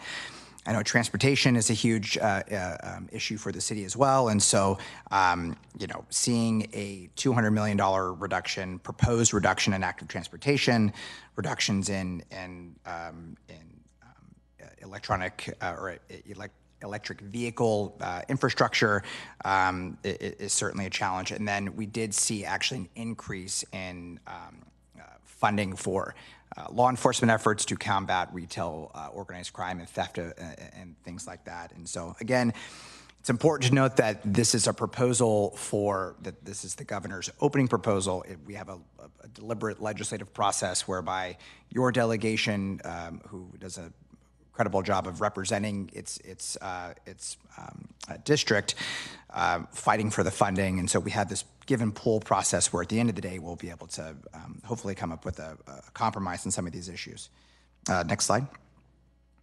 So just a couple of different aspects that the governor has proposed to try and close the funding gap. And so delays on funding. One of the challenges that we've seen is there have been, earmarks throughout the state of California or community projects that have been essentially included in the 23-24 budget that the Department of Finance is trying to freeze those funds and pull those funds back or even delay them for 3 or 4 years. And so we're seeing delayed funding as being proposed. We're seeing fund shifts and some drawdowns potentially of our strategic reserves. However, it would require the governor to enact a fiscal emergency declaration to be able to access those funds. That this is more procedural, but nonetheless, there is some steps the administration would need to take in order to draw down some of the strategic reserves to bring the budget to balanced. And then, clawbacks of state earmarks, which I had touched on earlier. One more note is that, as things are shifting quickly, before I submitted this presentation, I should say after, the Legislative Analyst's Office reported that on Friday that there was a projected $24 billion additional reduction or forecasting in decreased revenues based on the governor's original projections. And so again, all that to say, we could see up to a $35 billion increase by May. It just really depends on how much collections that come in between now and the tax filing deadline. And so more to come on that, but it is something that we will continue to track. So just from a timing standpoint, we have budget hearings that are now commencing. The administration is releasing a series of budget trailer bills that touch on all of these sort of broader ideas. In mid-May, we will see the governor's May revision, so he will have a secondary proposal to the legislature based on updated forecasting. Really from mid-May to June 15th is really where you have the budget deal will be negotiated between the legislature and the administration. By June 15th, the legislature must vote to approve the budget, and then by June 30th, the governor must sign the budget to adhere to constitutional deadlines. So more on that as we progress. And then just looking more broadly with respect to specific legislation that is being introduced and moving through the legislature early this year, that align or that are of importance to the city. We've seen really major themes that we are seeing in the legislature thus far. Oh, next slide, please. Oh, sorry, I'm one slide ahead. So from the legislative calendar perspective, right now, February 16th would be the bill introduction deadline. So as of today, 919 bills have been introduced in the second year of the session, and we anticipate another maybe 1,200 bills being introduced between tomorrow and Friday. And so a lot of these bills that are being introduced, we need to then sort of triage and see which ones that we think apply to the city, tag those bills by both subject matter and priority, and then start doing our assessments on those bills that have a real direct impact to the city. And so if we ever ask the question as to why we have so many policy statements in our platform, it's because we have over 2,000 bills a year that get introduced, and it allows us to have the flexibility to be able to assess those bills and engage on your behalf. And so more to come on the final count on Friday, but we will be providing that in our monthly legislative update to you as well. So moving on to just major initial themes thus far, a series of AI bills were introduced after this presentation was submitted. So that's not on this list, but AI is something that we are tracking and we'll keep you apprised on. But housing production, of course, there's lots in the housing world that is being introduced. There have been there's issues.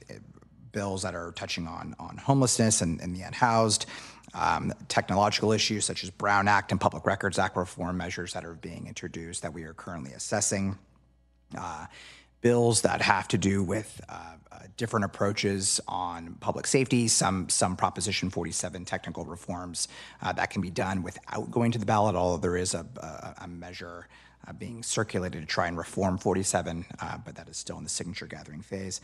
And then as Assemblymember Berman mentioned, Assembly Bill 1999, which is that AB 205 fixed utility rate fee charge that is looking to be repealed. And so that has certainly garnered a lot of attention, particularly in this region. And as the Assembly member alluded to, he and Senator Becker really are helping lead the charge on trying to get that repealed. And I would anticipate there will be considerable support in the community for that. So touching, somewhat high level on some of the upcoming March and November ballot proposals and propositions. Really, the governor was very clear in the end in the conclusion of the 2023 session to really, as he put it, kind of clear the decks for the March primary, wanting Proposition 1 being the only statewide proposition on the ballot. Now, the positive for that is that voters would have just one proposition to consider and review. The downside is that November is going to be a very, very lengthy ballot with lots of propositions for consideration. And so moving on to Proposition 1, the Behavioral Health Infrastructure Bond Act. It's a total of $6.38 billion in total proposed funding. Myself, along with our other local government advocates, and of course Cal Cities, were successful in getting the bond amended to include an additional $1.5 million that would actually be directed directly to local government for these behavioral housing projects. Our firm is actually pulling together a pretty comprehensive memo about opportunities for funding for that $1.5 billion, and that we'll be sharing with the city. A couple of just key points in that is that there's by right development provisions and labor requirements attached to the funding associated with that. So I know that aligns with the values of the city. And so you may be, particularly per housing designation, you may be more competitive for those fundings sources. Next slide. And so really this is the final slide, pretty high level, but happy to answer more questions in detail. But there's a total of so far 10 initiative measures that are for consideration just on the statewide level. And the ones that are of particular interest, ACA 1, this is the measure that would lower the vote threshold from 66.67 down to 55 for local special taxes and bond measures for critical infrastructure. And so one of the benefits of this would be that you could, critical infrastructure is fairly widely defined. It would allow the city to conceivably issue revenue measures to build things like affordable housing, and the critical infrastructure needed to support those affordable housing developments. And so it is certainly another tool in the tool belt for local governments as they try and grapple with their unhoused population and just the affordability crisis that we're having in the state.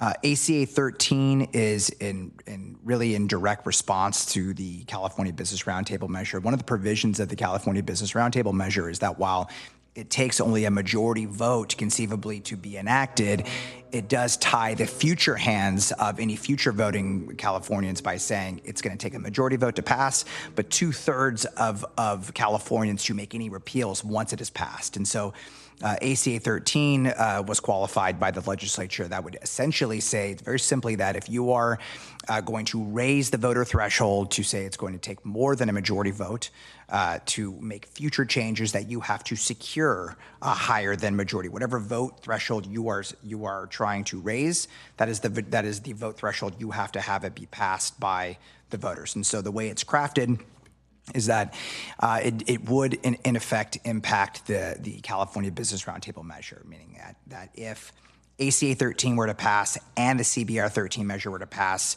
if CBRT only passes with a majority plus one and ACA 13 passes with a majority plus one, CBRT would be invalidated. So I know it's an interesting. It'll be an interesting November nonetheless.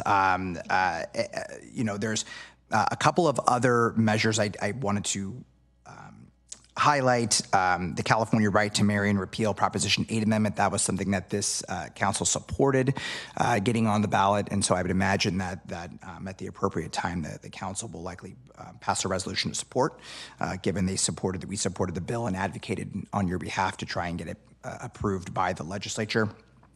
And there's also two other ballot measures. One is the Justice for Renters Act, which is a full repeal of Costa-Hawkins Rental Housing Act, and then the California Remove Voter Approval Requirement for Public Low Housing Projects Amendment, the longest title that you can think of. But this was done by the legislature, and it is trying to repeal Article 34 of the Constitution that currently prohibits local agencies from financing local government funded affordable housing projects in their communities without a 2/3 vote. So these are all really kind of hot button issues. The last thing I'll mention on CBRT, a little bit more on timing here. So as Ms. Gilmore mentioned, the governor, the legislature did file a brief to try and get the CBRT measure pulled from the ballot. The High Court, the California Supreme Court, has actually agreed to hear their case. And so it's actually something that wasn't even expected to be heard by the California Supreme Court initially, but they have decided to hear it. Arguments will likely be set for March and April. Decision will likely happen prior to the June printing deadline for the ballot. And so we will see some resolution on this one way or the other. The governor argues a couple of different legal parameters as to why the measure should not be on the ballot, saying that it would have a critical impact for state and local agencies to provide any services whatsoever, and that it unduly impedes executive and state and local authority. And so the Supreme Court will deliberate and have a ruling on that. But, the CBRT measure would, in effect, reverse nearly every appellate win for government in supports of Prop 13, Prop 218, 26, and 62 over the last couple of decades. The retroactivity provisions are incredibly problematic. It is something that will have a pretty considerable impact to services across the state. And so it's something that we would very much encourage voters to understand. Don't let the name of the title fool you, and certainly something that we will continue to try to provide education on in our role as your legislative advocates. And with that concludes my presentation. Thank you. Because this is a study session, we will have public comment first. And so I need to find the people who would like to comment on this item. Please come forward or raise your hand in Zoom, and we'll have the people who are with us in the council speak first. Everybody is going to get 2 minutes. And I hope that's enough. So please come forward. Welcome. Nice to see you, Ms. Connolly. Thank you. Good evening, Mayor Showalter and honorable council members. My name is Devin Conley, and I'm the president of the Mountain View Wisman School Board. I'm going to try to get through all my comments, but I'm pretty sure I won't in 2 minutes, so I'll email them in later. I want to thank you for leveraging Mountain View's voice to advocate at the state level on so many important issues. In my own advocacy experience, I'm also the regional director for the California School Boards Association, representing Santa Clara County. I've seen that having concrete examples from the local level to share with state legislators really does impact decision making. So I wanted to share a couple of examples from our school district related to two policy areas in particular: homelessness and childcare. Our district sees firsthand the impact of a lack of housing on our most vulnerable students and families. Our homeless student population has jumped in the last 5 years, from 175 students in the 2019-2020 school year to 333 students last year. This is data that's publicly available on eddata.org, a data repository managed by the state of California. This year, approximately 20% of the students enrolled at Castro Elementary School are homeless. We know that our homeless students really suffer academically. They fall significantly behind their peers, and they have higher rates of absenteeism. In the last school year, 22-23, 32% of our homeless students missed 10% or more of the school year. We have also heard loud and clear the voices of parents asking for more access to childcare. As a district, we have a mandate from the state to provide transitional kindergarten. This is relatively new. We've been expanding it, but we don't get additional funding as a community-funded district, so we're having to pay for it out of pocket. We also have a preschool program that serves families that has some state funding and we paid for, but we're trying to expand that as well, and our goal is eventually to have extended day daycare for all of the need in Mountain View. Thank you. Thank you. Next speaker. Hi, I'm Salim. I want to thank council for their tireless work on the housing crisis and homelessness in our community. It's been dedicated attention over years, which is why I was surprised to read the language about eroding local control and unfunded mandates in the staff report, which I think are at odds with the city's values and the city's own priorities. It reads like language that you could find in a Huntington Beach staff report. It really is not in line with the priorities you've set for the city. Voters don't want politicians to bicker over who has power. What voters want are real solutions to the housing crisis and homelessness that our communities face. We need regional solutions to regional problems, and it is completely in line with Mountain View's local control to use its powers to support legislation that advances its goals on the housing crisis, because we know, just like we need regional solutions to climate change, we also need regional solutions to a regional housing crisis. Thank you. Thank you. Mr. McKenzie, welcome. Hi, all. Tim, he, him pronouns. I want to call out a couple things. I appreciate the specificity in the updated draft legislative priority.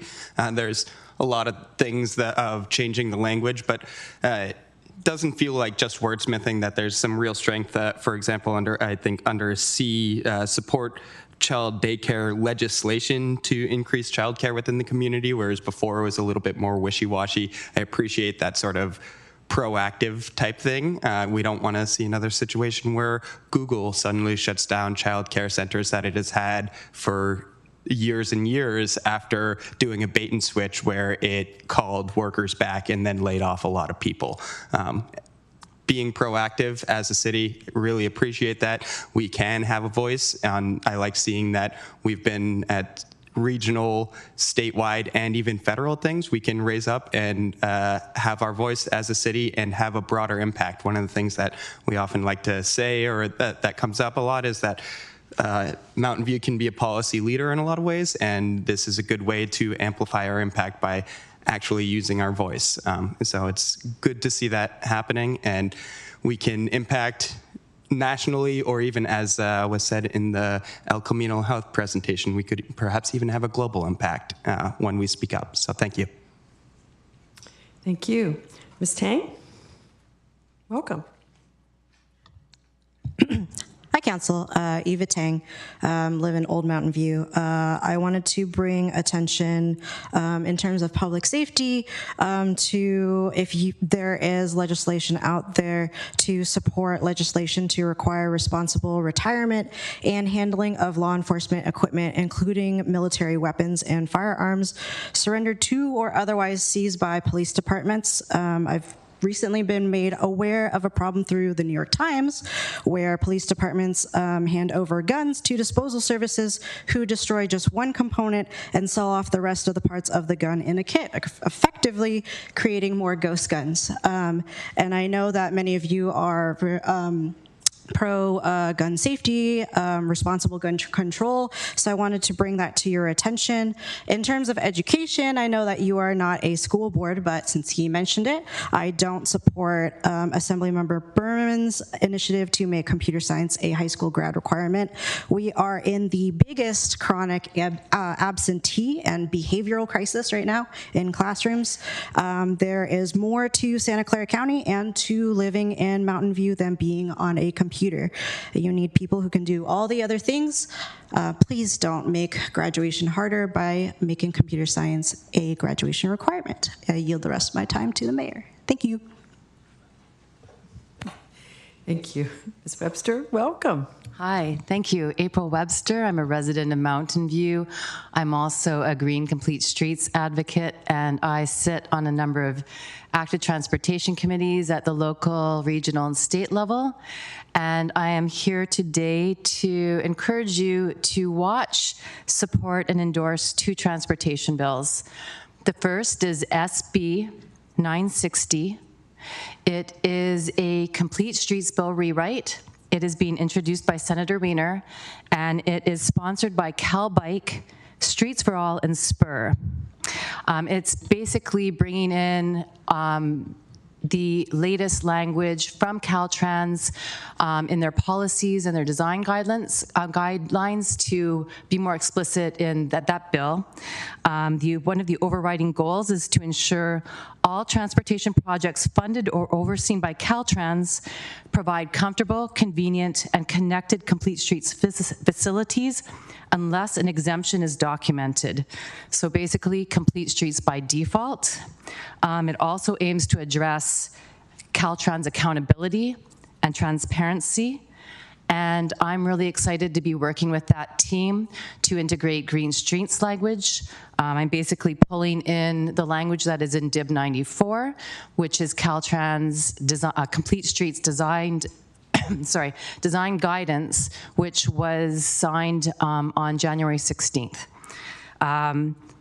What you're seeing in there is a focus on flooding. And one of the quotes in there I quite like. It is, "A flooded street is not a complete street." And so some of the hope in bringing that in is that it can help create the carrot, namely funding, that can help Mountain View deal with things. There are requirements for our MRP 3.0, our commitments for our water permit. Do you want to quickly tell us what the other bill was? It's 961. It is speed governors, and it's basically an innovative approach to use technology for traffic calming. Thanks. Thank you. All right. Next speaker. Hello there. I actually wasn't planning on speaking today, but here we go. My name is Alexander Amoroso. I live off of Moffett and Middlefield Road. My wife and I have been residents of this city for 4 years. And I also serve and work here as well as a Rotary Club member and officer in the U.S. Army Reserve. So my love for this community, let alone this country, is marrow deep. That said, I did want to register a bit of a recommendation to the council as far as the mechanics behind fixing our housing, since that's a recurring theme with this city and with the state nonetheless. So there's been a lot said about affordable housing and cheaper housing for low-income individuals. Frankly, what about just building more housing, period? That is just the question that needs to be posed. So the affordable housing situation that you saw presented represented by Life Moves, you don't see any more of those reoccurring problems because you have folks leaving these recommended life, these affordable housing plans going back into the regular housing market, and then they get priced out anyway, and then they're back on the street. So my suggestion would be to look towards opening up more for development, more for housing, and if subsidizing materials for housing that could actually be cost effective and cheaper for the city could be a good suggestion. And by and large, I support everything that has been mentioned and been said with the council today on affordable housing and support for the homeless and all the other stuff, especially for veterans, but just doing more in lieu of just building more housing that's environmentally friendly and available and cheap for others would be fantastic. Also, to leave you with a thought, possibly look into land values taxation and what that entails. Thank you. Thank you. Alex Brown? I love ending off with surprise Georgism. Hey, how's it going? My comments are going to be mostly structural because the list of priorities for the legislation is too long. It is granular in really odd ways. I think that the comment about the local control, yeah, I've got issues with just having that be a top order priority, but I also don't like that it's just scattered in application. If you look at the list, just asterisks on every other item sometimes.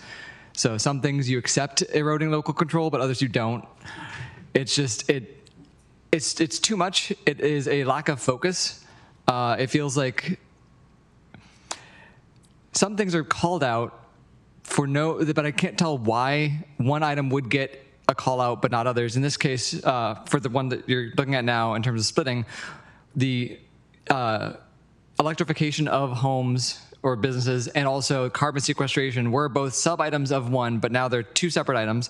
First of all, carbon sequestration, it's a diversion from actual addressing issues. I'm not going to go into that. But now it is its own item. Just that's a thing that we will support funding of, maybe. One of the things is allowing for missing middle housing that doesn't specify funding or legislation, just says like things that allow. I don't know. It needs editing. It needs an editing pass. It needs to be trimmed. I think that it's harder for the community to see what is going to be focused on, what the city actually wants concretely, when you have so many things that you can't tell what is wheat, what is chaff. Like, clean it up, tighten it. So, it's more something that everyone can read, not 140 items. All right, thanks. Thank you. All right. So, that closes the public comment, and we'll bring it back to council for deliberation. Mayor? Yes? You have public comment on Zoom. Thank you for bringing that to my attention. Can you pull up the first person? First, we'll hear from Bruce England. Bruce England? Thank you. Yes, thank you. And thank you, Mayor. Bruce England, Wisdom Station Drive. I expect you'll hear more from the community tonight about the situation in Gaza. But at this point, I'd like to pose a question for intergovernmental relations staff and the RPPG team. That is, could there be opportunities for our city to weigh in on the tragic humanitarian crisis in Gaza, one that is becoming worse by the hour, as you know? While we might assume we have no place beyond city matters to advocate, as this agenda item demonstrates, that is not so, strictly speaking. So I hope that you'll be able to consider that question during your deliberations. Thanks.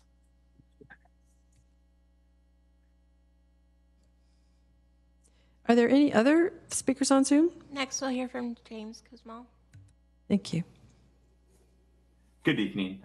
James Guzman speaking on behalf of myself. I genuinely think that I think the whole legislative advocacy stuff is a good thing for the city, especially when it enables us to do things like the advocacy that was mentioned with SB 971. However, like a couple of the prior speakers, I do have some concerns about the eroding local control language that has been carried over from last year. I would expect the goals of the cities to be to do what is best for the residents, and sometimes that may mean the state doing things. Local control is not in and of itself a good thing. Sometimes the state provides greater flexibility to the city to do good things, like with the transit lanes. Sometimes it's simpler for the state to do good things, and even it's simpler for the city because it means maybe staff doesn't have to do as much work. Sometimes it's good for the residents of the city because it forces other cities to be good actors where Mountain View wasn't, or sometimes it will be the case that Mountain View is doing something wrong and this state will do something right. So I would encourage us to strike that language, both because it's ambiguous and broad, as Alex was alluding to, and because we should be prioritizing good things over bad things and not parochialism. Thank you. Next is Deb Henningsen.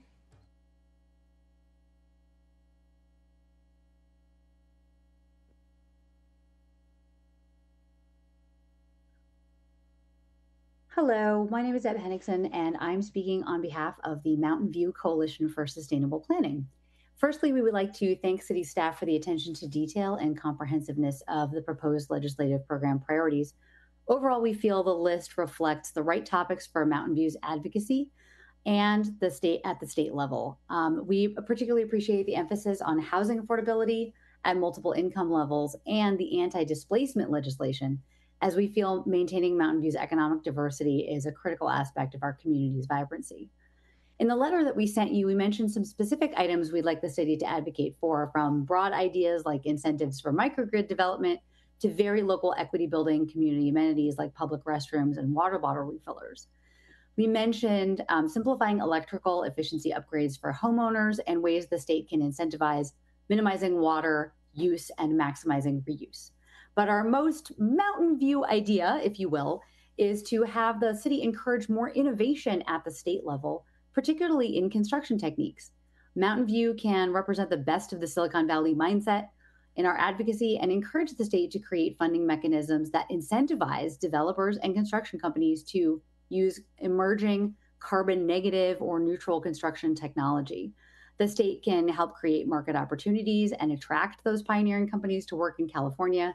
And state-led policy and funding mechanisms can make it easier for developers to select these options as viable business choices. We also encourage the city to advocate for strong and specific standards to define green, complete streets in the Caltrans design manual, for example, through SB 960, as April mentioned. And then also, I just have to mention, please advocate for the bicycle safety stop law at the state level. We know the governor has vetoed it, but we really believe that this makes things safer. And guess what? Idaho, North Dakota, and even Arkansas have passed this law. So we can't imagine those states are more bike friendly than California, right? Thank you so much for the opportunity. Thank you, and thank you for your letter. Our final speaker is B. Hansen. Welcome, B.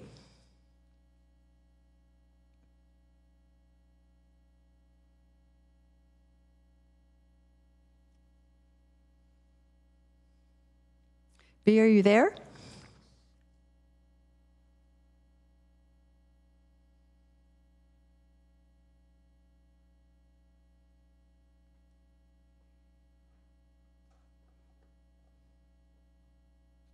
Oh, I think I found the problem.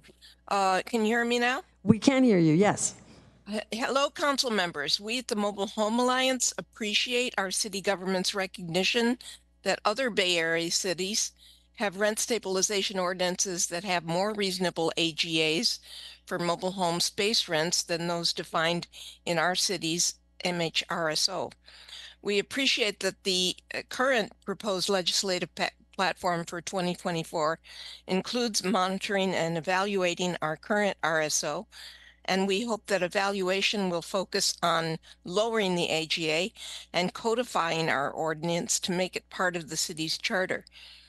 I am also a member of the statewide Mobile Home Residents Coalition, which is attempting to extend protection to all of California's mobile home residents.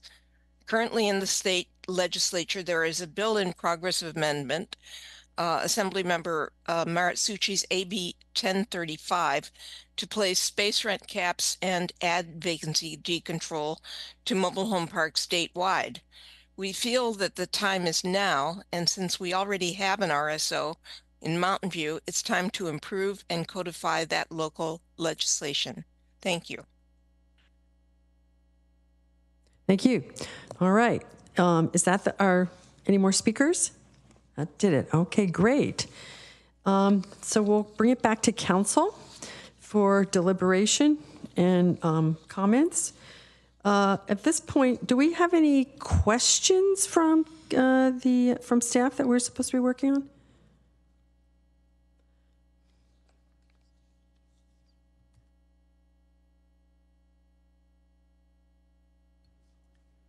Okay. So up on the screen, we have the council, the input that the staff is seeking from the council on the following question. Are there any policy issues, priorities, or policy statements that council would like to discuss, seek further clarification on, modify, add, or remove from the proposed 2024 legislative platform? All right. Well, we've heard lots of comments from the public, and I'm sort of looking for my fellow council members to, very good. Council Member Ramos. All right, thank you, Mayor. Let's rip off the Band-Aid. So I'll start with some questions that I had. I'm gonna start very locally and then just expand to a little bit more broader. I had the opportunity to join y'all at the Cal City Summit last year. It was one of the first things I got to do, and I watched the process where we advocated for the legislation that we managed to pass. I don't see, how do I say this? We passed legislation to help make things easier for things that we are doing specifically to Mountain View. I don't see something like that apparent in our platform. If we wanted to do something like that, how would we put it in? The way we're structuring our platform is very different from how, it's different from how I would almost, as a guideline of how we want it to be used as we go into advocating, how we want to direct our lovely staff to do. Like, what kind of catch-all would we have for something like that? We run into something in another study session on the bike safety, I don't know, and then we're like, oh, we can't do that because something state law. Where does that get thrown into our legislative priorities? Because I feel like having that direct action would be very helpful and more directly appealing to and more directly affecting our residents. So if I can just repeat what I heard, Councilmember Ramos, you're asking for to understand within our proposed platform, is there a general catch-all statement that would allow the city to pivot and respond quickly to emerging issues that are not particularly captured within the 125 policy statements that we are bringing forward for your consideration? I guess the variation of it is more how much it directly affects what we're trying to do as a council. And that would be essentially like a higher priority than a general statement of values that our platform is currently largely structured around. So, as I had indicated earlier, on average, we see over 2,000 pieces of legislation introduced every year. And so part of what the platform enables us to do, which is frankly why we have so many statements, is because you can see measures, as I mentioned, we attract 1,500 bills that have that could have some sort of impact, not only to the city of Mountain View, but to just local government, statewide. And so the platform allows us to then go down a little bit, down a little bit more of a layer to say, okay, what are the priorities of the city?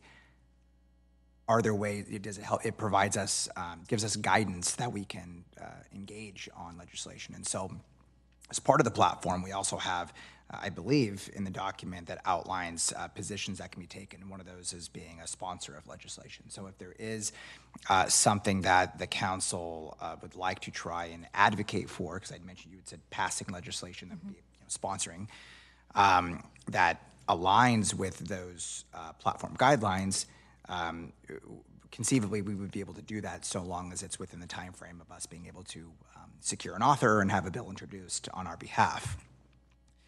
But really the platform's design is really more of an assessment tool for when legislation is introduced. It allows us to take a little bit of a finer approach, analyze these bills to say, hey, does this align with the values of the city? And if so, we will look to support. If it does not align with the values of the city, are there ways that we can either seek amendments to make it workable, or if we just get to a point of impasse, taking a formal opposed position and trying to stop the legislation. But it's our hope, of course, that we can try and compromise with the legislature and seek amendments that make the bills more workable. But that really is the guiding principles allow us to be a little bit more nimble and assess all of those bills that are introduced to effectively advocate on your behalf. Thank you for that. Now for the next question, it's a different topic now. I love benchmarking.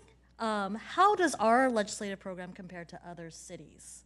Like in terms of is the difference the legislative platform? Is the difference with the level of engagement? Is the difference with how nimble it is? Is the difference? How are other programs, how are other city programs structured compared to ours? I would love to know more about that. I was recently told that you don't have any clients in Santa Clara County, so that you would avoid any conflicts of one city wanting one thing and another city wanting a different thing. But Cal Matters recently did an article about lobbying, and one of the interesting things was how other cities were also doing lobbying. And I found Mountain View on that list. We pay $87,000, and that ranks us at 1,333rd most lobbying. Chevron's number one, in case. But I went and checked out the other cities. For example, San Jose ranked at 39th, 1.4 million, 1.5 million-ish.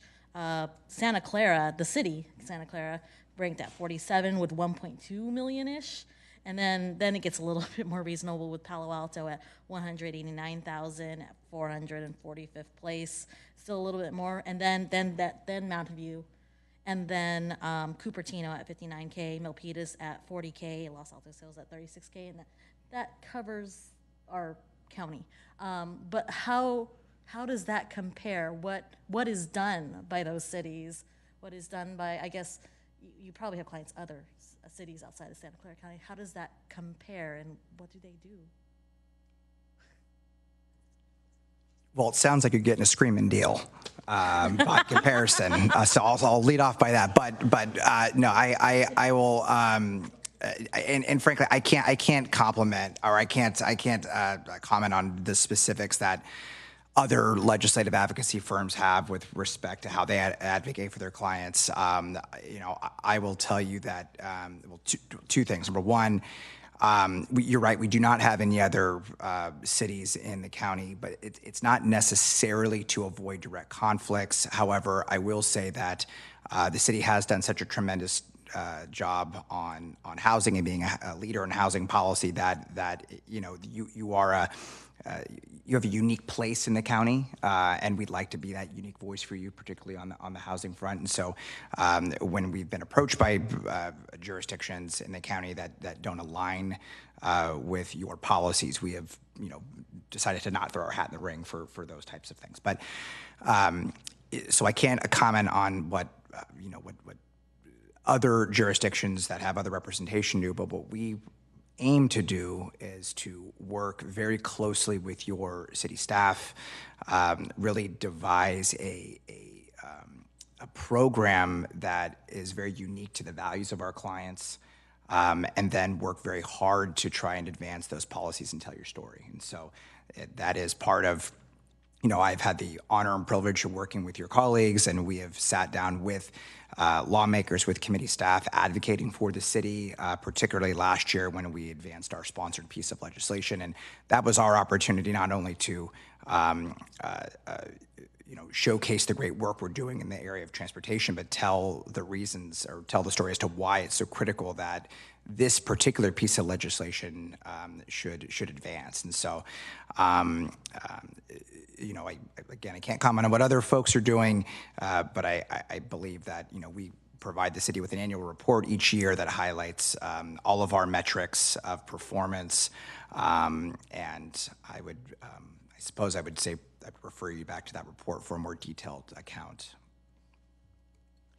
And I would just add that legislative advocacy by city really is dependent upon that city's council's priorities and their focus. So San Jose is the largest city within the county. They have a lot of unique issues that they're dealing with, and so that's possibly reflected in the amount of money or funding that they put forward for their legislative advocacy. And so I would say that that's probably, it's going to be dependent on each city and city council. There are several cities within our county, smaller cities, that don't have as robust legislative platforms or programs as Mountain View or City of San Jose or City of Santa Clara. So if that helps, adding some additional color to that question. I guess the question is what are the criteria of what would make a robust program versus like a premium plus program versus like the freebie program kind of difference? Like, what criteria are we using? Oh. Excuse me, council member, the city manager has a comment. Thank you, Mayor, Councilmember Ramos. So I'd also like to add that one of the things that we really wanted to focus on this past year was learning from how our program can develop. This is the second year of having a legislative program, and our assistant to the city manager, Ms. Gilmore, is actually spending most of her time now on intergovernmental affairs and is the city's intergovernmental affairs manager. One of the things that was just started in the county, so this is to your question about what's happening, what are other cities doing. There recently was a countywide, intergovernmental affairs group convened. This is the first time just this past year that staff was even able to get together at a staff level to even talk about what's your city doing, what's your agency doing. So I think it really depends on the level of engagement at the staff level too. Sometimes cities don't have, say, the size of the organization doesn't allow for a dedicated staff person or even staff in the departments that are able to review legislation or work with our legislative advocacy firm or work with Ms. Gilmore. So that would certainly contribute to the cost. The time that we spend, the requests that we ask of Dane and his team, that would all contribute to a retainer, essentially. And I think, this is something that we can continue to look at and revise over time if we do want to be more engaged, if we do feel like we want to bring in several pieces of legislation moving forward, how much time that may take the Renee Public Policy Group. So I think there's just a lot of factors involved, but I do know that this is something that a lot of cities in our county are just kind of starting to ramp up and do more of. But it's certainly something, if council's more interested, it's absolutely something that we can look at, and even as staff talk about what we might need to do if we do want to become more engaged and what that means, and talk to staff in other cities that, like on that list you mentioned, what are they doing for, $1.5 million? Because I'm not really aware, and as I mentioned, this is really the first year that we've even had the staff countywide legislative coordinators committee. So we can certainly look into that further. Okay, Councilmember Ramos, is that all your questions? If we wanted to add, last question, I promise. If we wanted to add something on bike safety, what category would that actually be under? Because there's public safety and then there's transportation, but I'm not entirely sure where, or it could be under environmental sustainability, but if we wanted to add like a plank on bike safety, where would that go? It would most likely go under Section K, Transportation and Public Works. Okay, thank you. Councilmember Hicks. So, Mayor, maybe you can clarify for me. Are we just doing questions now, not comments? Or are we doing questions and comments together? I think it would be appropriate to combine them. Okay. Yeah. Okay, good. Then Councilmember Ramos will take a second round, I think, at the end.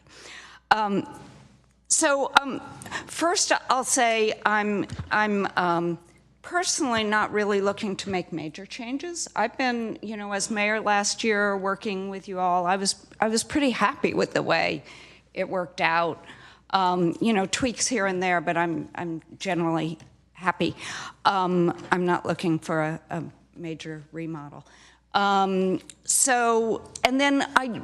There was a member of the public, actually more than one though, who asked me how they could keep track, how they knew what the progress was. So maybe you can answer that for members of the public. Of course, they can read this staff report and attend this presentation, but beyond that, maybe what's available on the website in terms of reports back, because I know you report back to council, but members of the public don't receive those emails. So how can they keep track? Or is it mainly, because I don't actually know that, because I just get your direct reports. So how would members of the public, is there anything on the website and anything besides this meeting?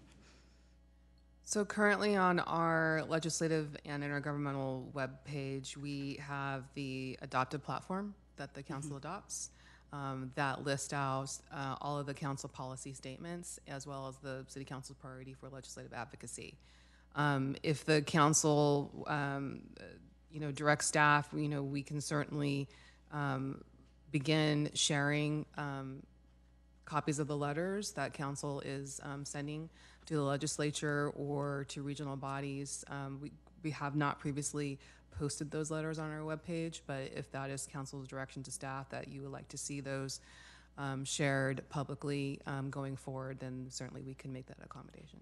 Yeah, I'm not sure the people I talked to were looking for that level of minutia, but I know you give us periodic reports. Are those available on? At this time, those have been internal to the council. So we provide monthly reports to the council on our legislative activity that kind of summarizes what has been happening in the state legislature, as well as summarizes the engagement, intergovernmental relations engagement. So those have been internal reports that to appraise the council, as well as our executive teams on emerging issues that are happening within the legislature. Okay, that's what I wanted to know on that. And then several members of the public had brought up specific bills. Our legislative platform doesn't specify, it's general statements of things we're looking for. But I'm wondering how one was, if I took my notes right, well, I didn't get the bill number, but it was a responsible retirement of weapons. Do you think we have a category? You don't have to respond to this right away if you have to look it up. But do you think we have a category that would, public safety is the general category, but something more specific that would have you reporting back to us on that? And then the other one was the Wiener bill, SB 960, and then also SB 961. Are those encompassed in terms of watching and monitoring them? You don't have to answer right now. You can. And I would say that those particular two bills, SB 960 and SB 961, we met with staff and staff has flagged them as bills of interest. And our PPG, as Dane mentioned in his presentation, 1,500 to 2,000 bills per session. Based on our legislative platform, they do go through and they flag bills that they think will be of interest to the city, and then that comes through to city staff, and then I coordinate with city staff to get their input on the bills, and then we go from there and determine, our level of engagement, and if we feel that we need to be engaged in the bill. So yes, there is a mechanism to track bills, and Dane and his staff are very diligent in providing us with updates on bills and keeping us appraised, especially if there are specific bills that the city has said, we're very interested in this and we want to learn more. They provide us analysis, and if we determine that we need to meet with legislative staff, then we have the opportunity to have RPPG coordinate that for us to provide comments and input on legislation. So I guess my specific question is, would you already be monitoring those three that were mentioned, and can you get back? I assume that you already are, but I just wanted to that is correct. Okay, great. Thank you. Those are my questions. Councilmember Kamei. Great, thank you. I just want to thank staff and RPPG for all their efforts. I feel like this is something council talked about for a long time in terms of having some legislative advocacy, and now we're seeing this. And each year, I think we refine it, we get feedback, and make it an even better program. And now to have dedicated staff is really, really great. So I just wanted to say thank you, especially going through thousands, literally thousands of bills is no easy task. So I don't have any questions, but I think just have some response to and feedback for the question above us, which is underneath the platform item, something that I know the city also participates, under purpose. So one of the things mentioned is the city will coordinate with advocacy services and regional partners as appropriate. And I know that we're part of the Cities Association, we're part of the Cal Cities Peninsula Division. And so I wonder if under that statement is where we're kind of talking about the regional partnerships, because for some of the ballot measures, I know that the interest to all the cities, but also those two groups. And so I'd love to find a way for us to kind of embody the work that we're doing on our regional boards and our regional partners, that we are also going forward, not just as a city, but in those avenues, MTC, ABAG, VTA, advocating for whatever our priorities and platforms are, because I know that that's already happening. But I just want to make sure it's kind of incorporated into the 2024 legislative platform in terms of refinement. So if it doesn't fit under purpose, but can fit somewhere else, I'd love for staff to be able to find a place for that. And I know that those organizations too can sometimes take bill positions. And so just looking at Mayor Hicks' question made me think of it, so bills, are introduced, the deadline is this Friday. And then let's see, so, they're going to go through both houses. So I think at some point in our calendar, our table 1 key legislative dates on page 6 of the study session memo, there is a point where the city will have weighed in on the positions on bills for this session.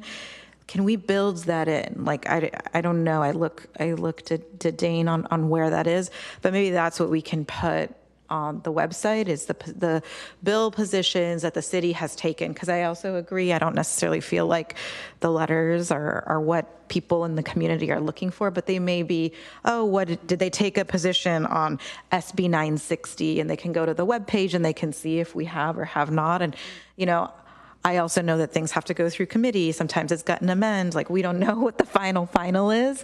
And so maybe we can build into this key legislative date, at least when the community can have an idea that the council will have weighed in on whatever final version we see, would be some feedback for this question.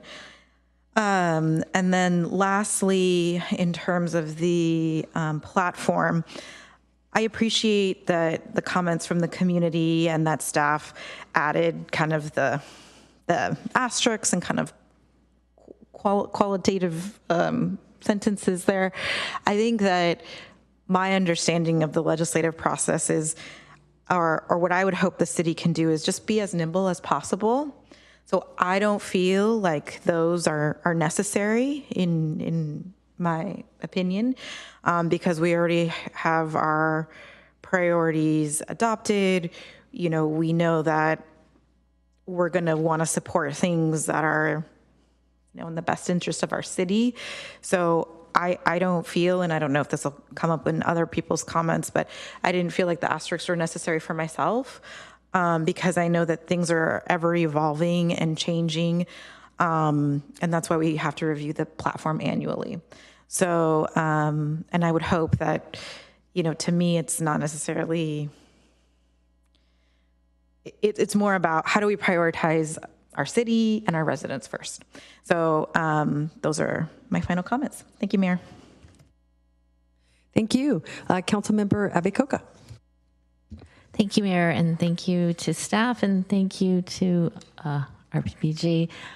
So I'm one of the folks who's been on here for a while and had been advocating for having support in this field, and for the longest time it didn't happen. But now that it has, I think we're actually getting a really good deal.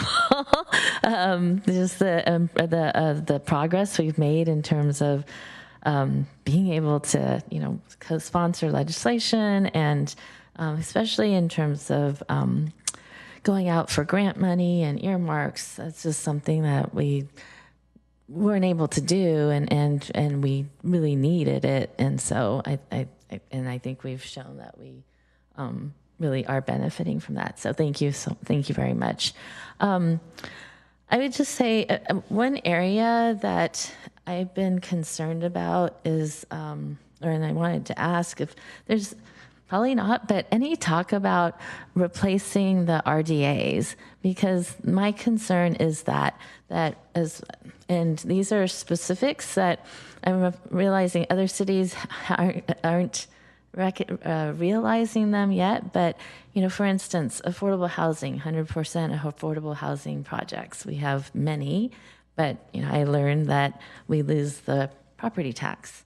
We don't, and so my, you know, question or my interest is to advocate for some way of backfilling that lost revenue. As we're just going through the budget, we'll be going through the budget next week or next meeting.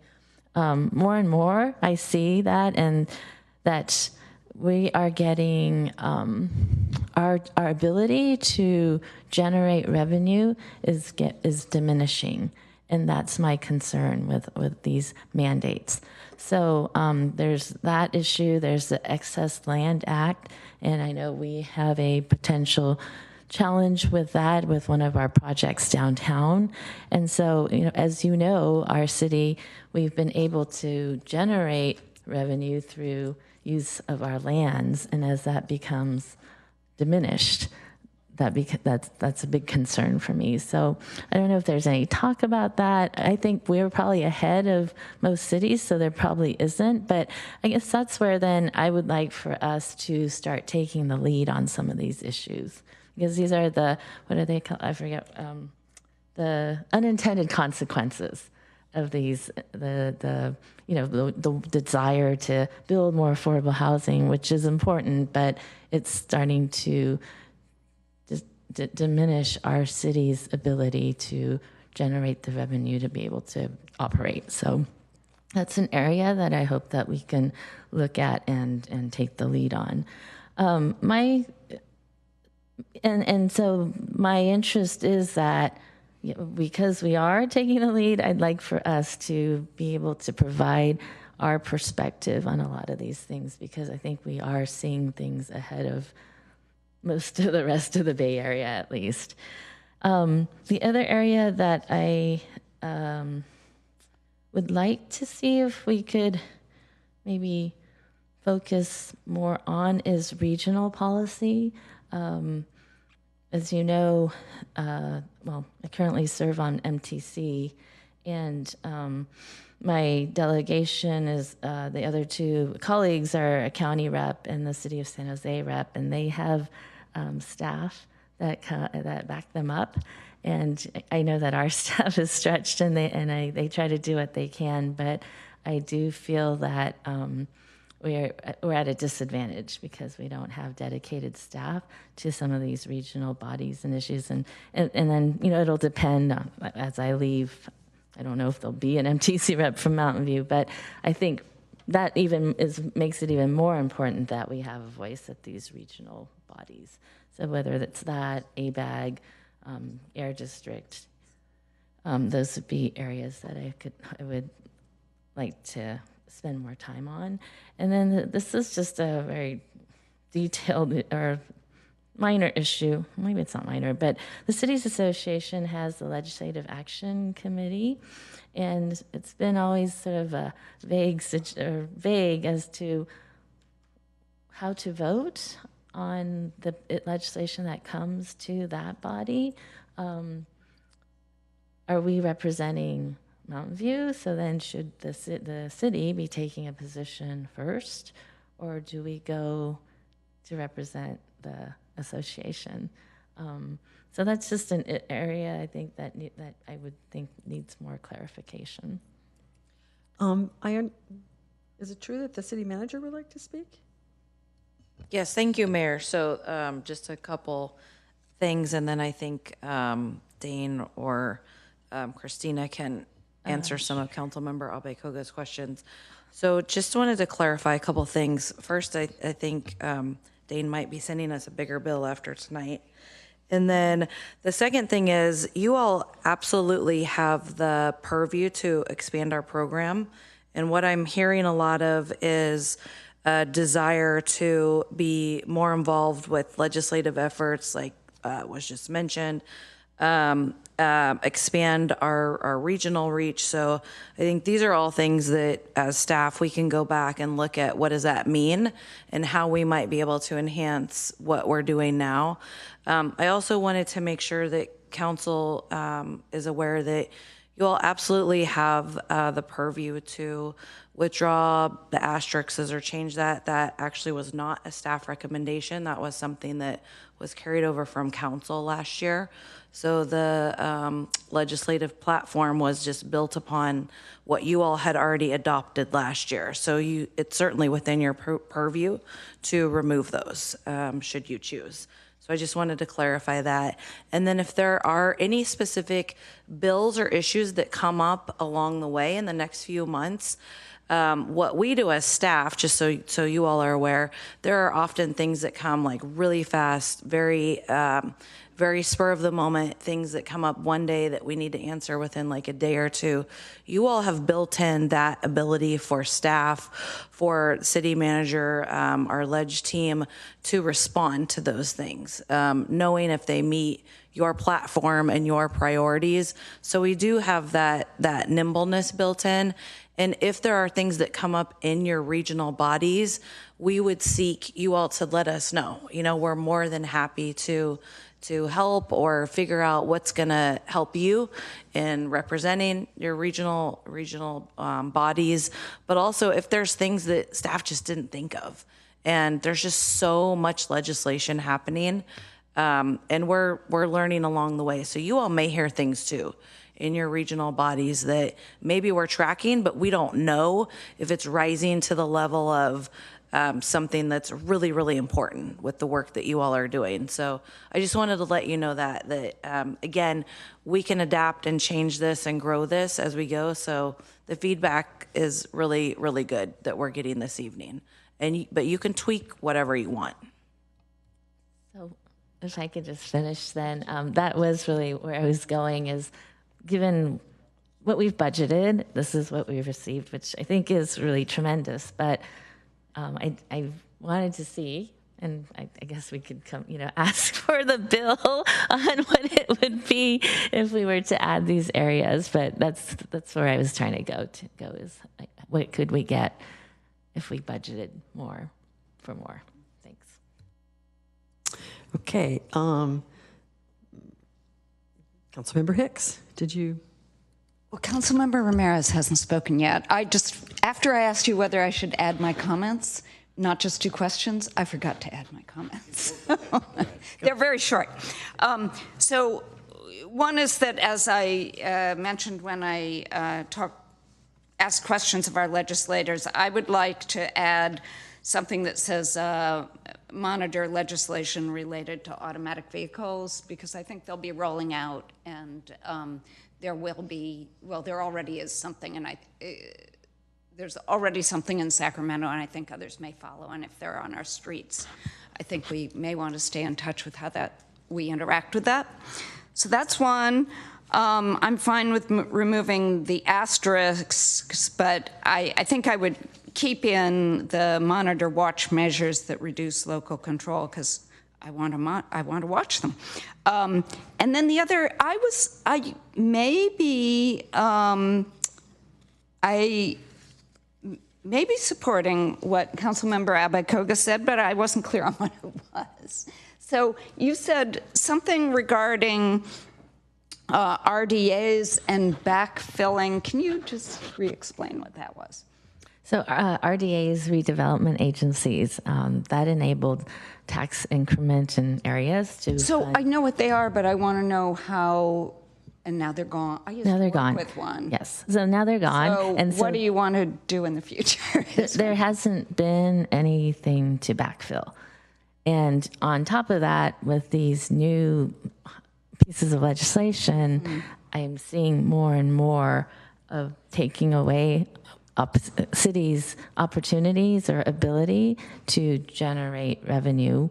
And that's the challenge. Like, yes, we want more affordable housing, but if then we don't generate any property tax on those parcels, more and more the city loses revenue. Okay, so let me see if so you're saying that RDAs used to have like 25% of the money would go to affordable housing, and that money just disappeared. Right. And you would like to find some way, monitor whether there's some way to recreate those, or something different than, okay, So, yes. Because on top of that now. Yes.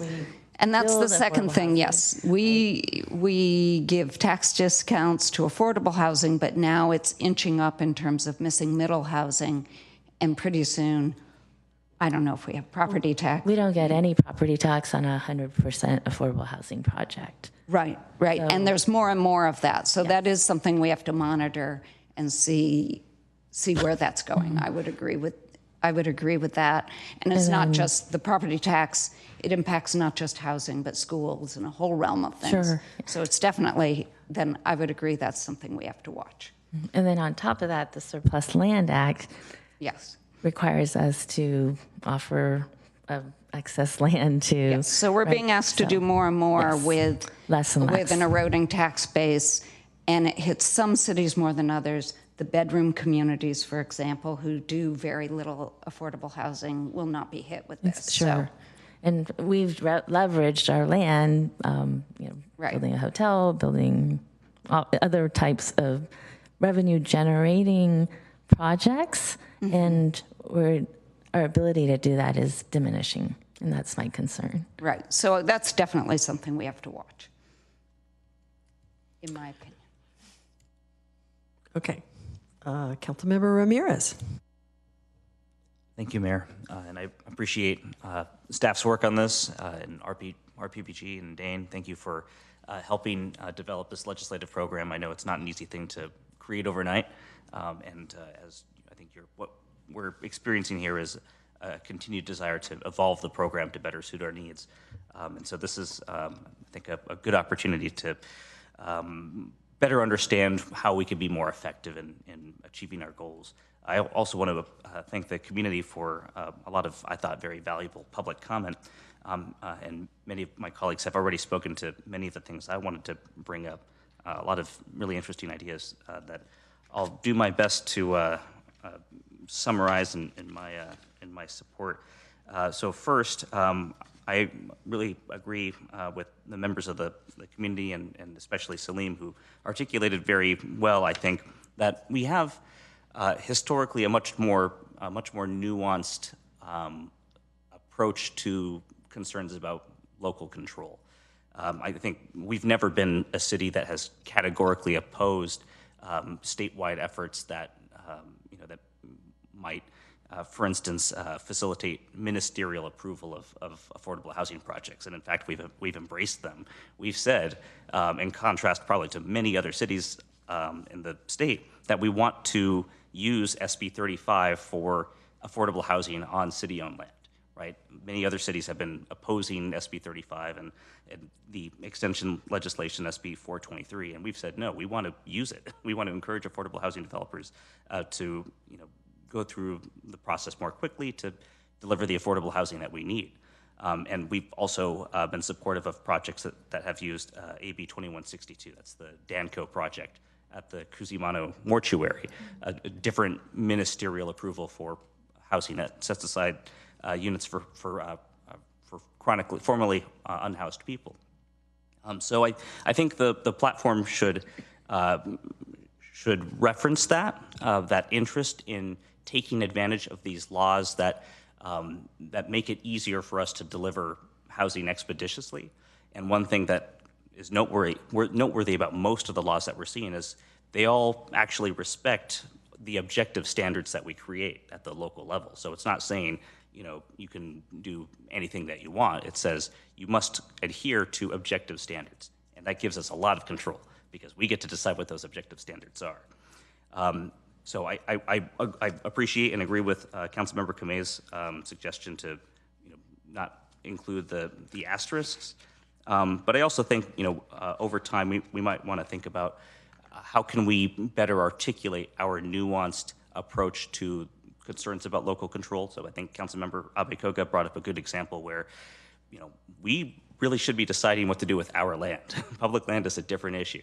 And maybe that's where restrictions that make it harder for us to decide what to do with city land, that's an area where we might want to push back a little bit.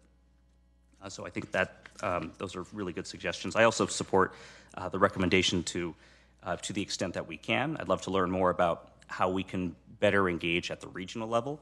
I don't have the experience of serving on MTC, but I could appreciate how difficult it might be when you're working with the mayor of San Jose, who has 30 individual staff, or a supervisor who might have, I'm not sure if it's 12 or 10 or thereabouts, and have dedicated personnel who can help them work on a whole array of complex issues. So I think to the extent it makes sense, I'd love to have recommendations from staff and our legislative advocate for how to better engage at the regional level. And then the last thing I'd love to see included is support for legislation that regulates independent expenditures in campaigns. We're seeing, things have been bad for a while, but the level of toxicity that we've seen even in local campaigns is really disturbing. And there have been efforts to combat that at the state level, and I think it would be powerful for cities like Mountain View to say, we really need to start working on this issue of money in local elections that really is unregulated. We might be doing some work to disclose it a little bit, but I'd love to see if there's more that we can do, especially to reduce the misinformation and disinformation that I think has become rampant. Those are, I think, the things I wanted to share for now. Thank you very much. Thank you. Councilmember Ramos. Thank you. Sorry I didn't get into my comments in my long line of questionings. Basic additions. Now that I asked about the bike safety question, in K1 is probably where it is, but the way the wording is structured. So it says support legislation that would increase funding for local transportation projects, including road. I didn't know at that final line, it says enhancing bicycle and pedestrian safety and safety for people with disabilities. Now, is that support legislation enhancing bicycle and pedestrian safety, or is it support a legislation that will increase funding for local transportation projects enhancing bicycle and pedestrian safety? Because that's when Ms. Henningsen brought up that bicycle safety law about yield and stop. Like, in the first interpretation of that bill goes under that. The second interpretation of it would not. Do you understand what I'm saying?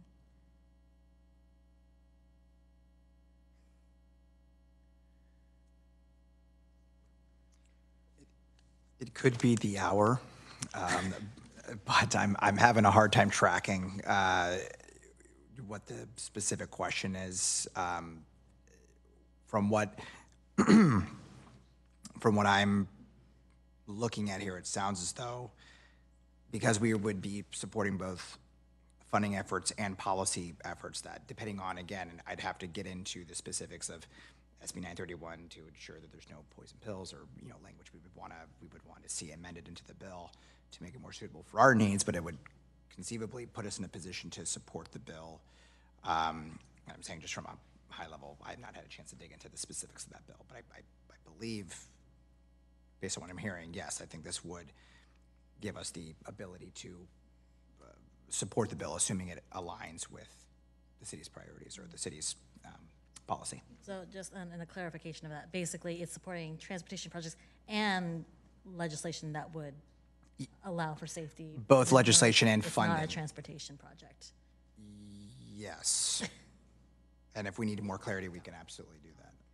And Dawn may be able to be more of assistance because we do work with city staff on these statements. Good evening, Mayor and Council members. Dawn Cameron, Acting Assistant City Manager, Community Development Director.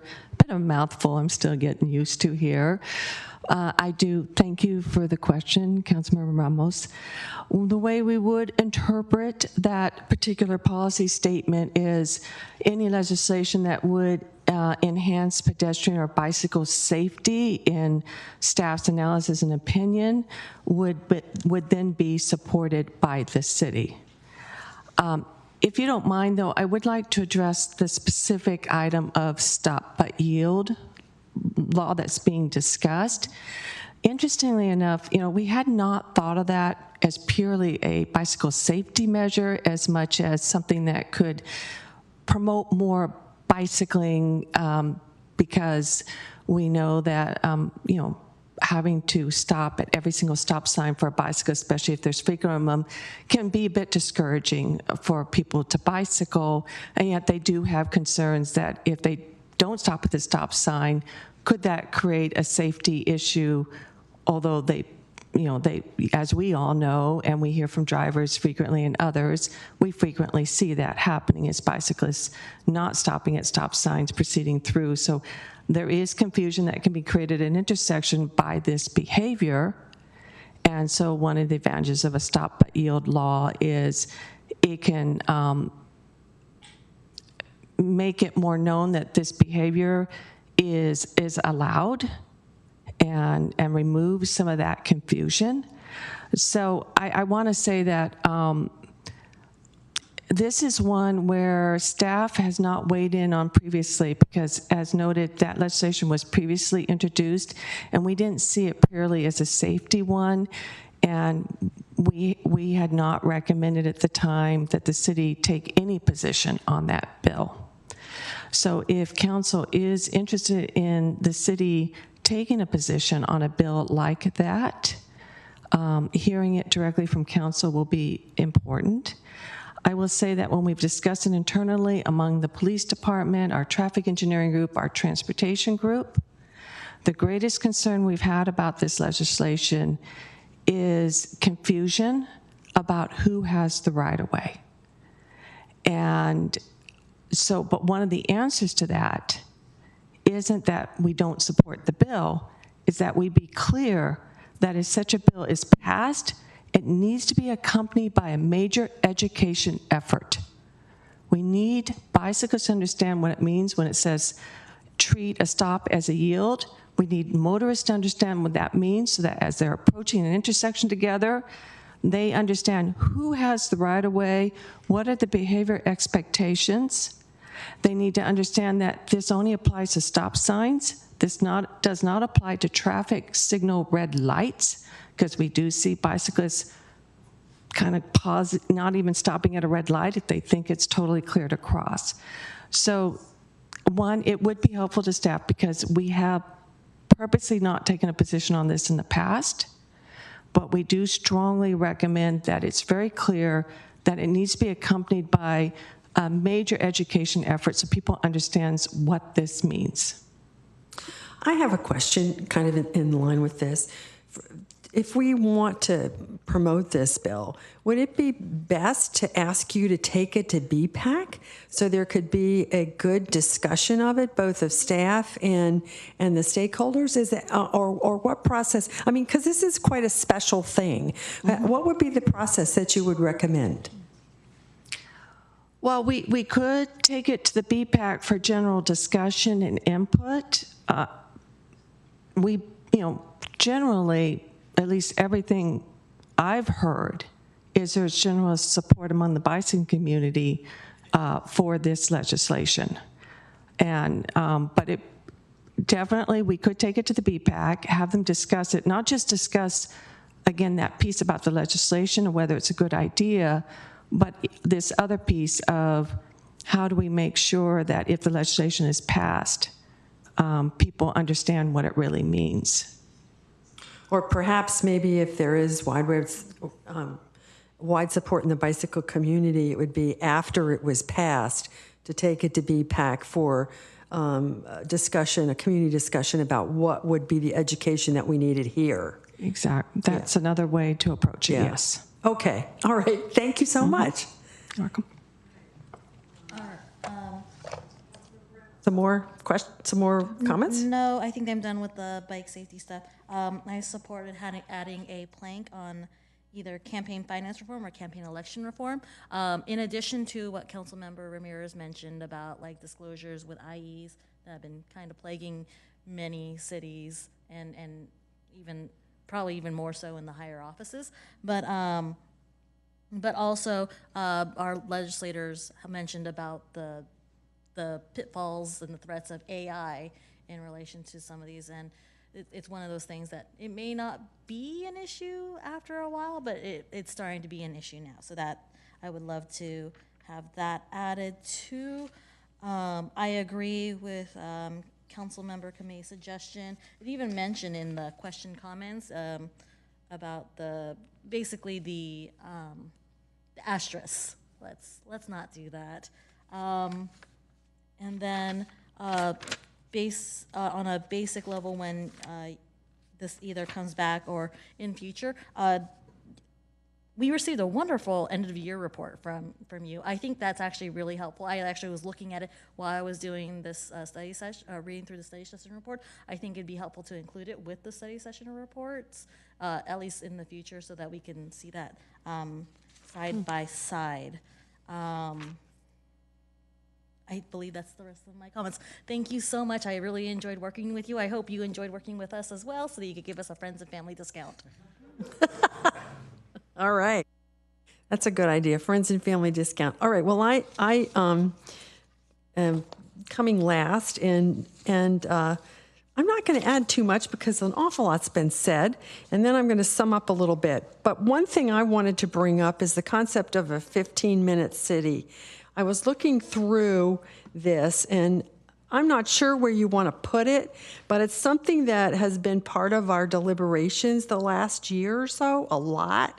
So, and I think it's kind of a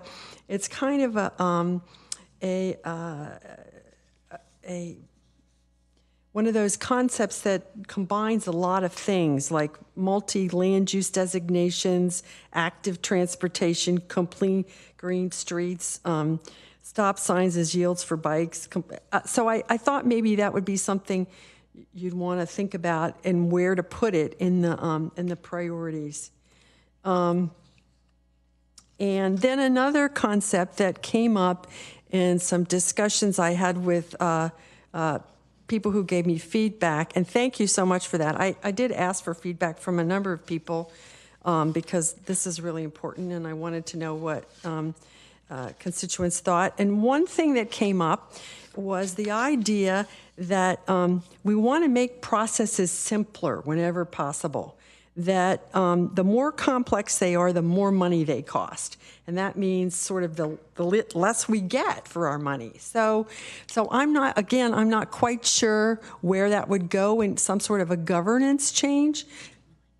Streamline, I mean, it's kind of streamlining, but anyway, I like the idea of describing it as keeping processes simpler was instead of streamlining. It just seemed to look, they're both the same thing, I suppose. But so I wanted to add that. Okay, so with that, I'm going to kind of go through what I think we've heard to make sure that we, people brought up website improvements, the idea of listing the bills that we had made support or opposition to. I think people would be interested in that. Withdrawing the asterisks. I think we had group support for that. Can I see a straw vote on withdrawing the asterisks from this? Okay. Yeah. I in particular think that the concept of loss of local control is something we need to look at on a case-by-case basis. And so we don't need asterisks. So budget, the idea of budget for more regional support, I too would like to really thank you for the support that you have you've given us thus far. I serve on BCDC, Bay Conservation Development Commission, and I ask staff questions from time to time about things, and they're always very helpful. And another thing that I do is I serve on the National League of Cities Policy Committee for Energy, the Environment, and Natural Resources. And before I go off to those meetings, I get a great deal of assistance from staff on the resolutions that we're putting together, and that really allows me to do a much better job. And I think it's a way that we weigh in on policies at the federal level that's valuable. So thank you for that. And I think that falls under the, we might want to hear about what the budget is for that sort of support a little more. Okay, there was a couple people who, or Councilmember Hicks mentioned monitoring legislation related to autonomous vehicles. Is that included at the moment explicitly? No. Okay. Well, I think that would be one to add. And then the issues that Councilmember Abikoga brought up about the lack of the RDAs and the backfill for them. That's something that I think there's general support for. Is that the case? Can I see a straw vote for that? Everybody who's interested in backfilling? Okay. And then another one is the support for legislation that regulates campaign expenditures. I think that's actually already in here somewhere, but is that the case? To confirm, to verify, but we've noted it as an interest of the council to essentially add it if it is not explicitly in the platform. Okay, all right. And AI is one of those, and also monitoring AI as part of elections. But we heard from Assemblymember Berman that there already was a bill about that, but I don't know the extent of it. So that'd be something to watch. So those were. And also there was support for the stop by yield concept for bikes. I mean, using a stop sign as a yield for bicycles. And the fifth. My thought on that item actually is, if we're going to take a position, it would be supportive if amended, and adding the amendment being that there would be an education piece that, and I know it's probably not going to fly, but there are bills like that where you add some funding for education, and because again, you can pass the bill and then it's up to the cities to figure out how to implement, and I would rather just at least try to make an amendment. If I may, with respect to the supportive amended position, the challenge with that is twofold. Number one, particularly in the Transportation Committee, supportive amended is actually not a recognized position. So you won't be on record if you're supportive amended for both Senate and Assembly Transportation, because that's a sort of a new, sort of a nicer way of saying oppose unless amended. So they're just like, well, if you're going to be on record, be on record. And I think one of the challenges with a support if amended position, I think generally speaking, is that it limits your ability to otherwise negotiate against with an author or sponsor of a piece of legislation that you're trying to get substantive amendments that are suitable for your city. So so in other words, if I'm an author or a sponsor of a piece of legislation and someone says, well, if you want, I'll support the bill if you amend it in this way, but if you don't take any amendments, I'm not going to engage. Versus, if you don't amend this bill, we may be forced to oppose the bill unless amended. It's a different tactic that you can use to be more effective. But support if amended is a sort of this newer position that we've been seeing, and as of now, there are policy committees, including transportation committees, that don't recognize that position. So we would be unable to be on official record to be a support if amended. But I do hear you loud and clear with respect to the education piece, because it is vital. With the stop and yield legislation, from my recollection, the governor in his veto message, really there's two sort of areas when the governor vetoes a bill. Either he vetoes the bills and says, here's a roadmap to where I will sign this bill. And then there's the veto of essentially shutting the door on the issue. That is not to say that perhaps a different approach wouldn't be more effective, but from my recollection, the California Highway Patrol had considerable concerns on this from a public safety perspective. So I do think the education piece could, help. But I know that the governor was pretty firm in his objection based on the liability, the public safety concern. But that is not to say that we can't work with stakeholders, engage, and keep trying until he either signs it or the next person's sitting in that chair. So happy to work with staff and to look at that. Okay. Would you like to speak again? Yes, thank you, Mayor. So I was just going to suggest for the stop by yield legislation, I think staff has some significant considerations with this bill. And I would also add that in the city, we have had safety issues that have happened with students. And so I would ask that council give direction for staff to just look at this further. I think there have been statewide public safety groups that have had very serious concerns about this bill. And so before we really come out strongly or really wade into this, I would suggest that council just give that ability for staff to just dig a little bit further on this. I'm just not sure that this is necessarily something right now that the city would want to put its stamp on. And so I would just ask for council to give staff some leeway in working with our firm and just really looking at this and taking a deep dive, because I do think that there are other implications. Okay, so how about we change it to following the city manager's direction? Is that, can I have a straw poll on that? Is it follow the direction to have staff take a look at this? Okay. Thank you. And then my colleague has brought to my attention that I didn't mention the 15-minute city.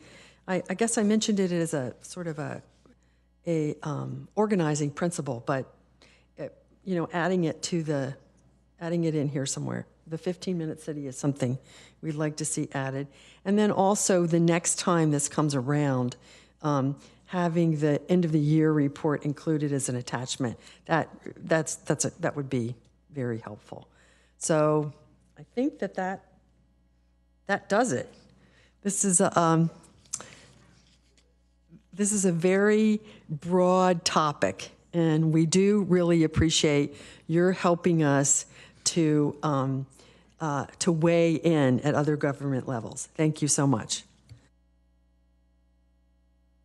Okay, so now we're at 10 o'clock, and by our rules, we have to vote to continue the meeting after 10 o'clock. So can I have a motion to continue the meeting? I have a motion from Emily Ann Ramos and a second from Allison Hicks. So can we have a vote on that, please?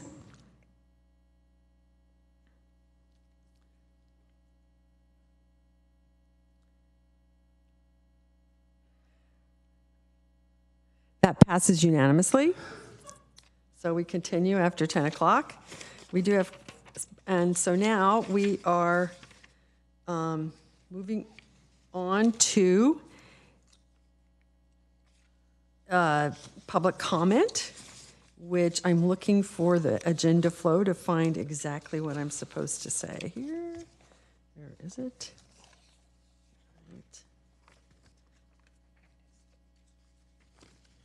Okay, this portion of the meeting, oral communications, is reserved for persons wishing to address the council on any matter not on the agenda. Speakers are allowed to speak on any topic within the City Council subject matter jurisdiction for up to 1 minute during this section. State law prohibits the council from acting on non-agenda items. If you would like to speak on this item or on the in person, please submit a blue speaker card. And I know that many of you have submitted blue speaker cards. So are there any members of the public on this item? I mean, are there any members on Zoom?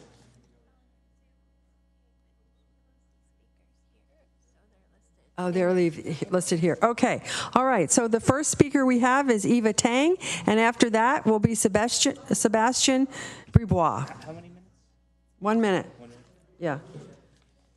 Mayor, I believe per your policy, you can only be a minute and a half. Oh, so okay. A minute and a half. Okay. Thank you so much.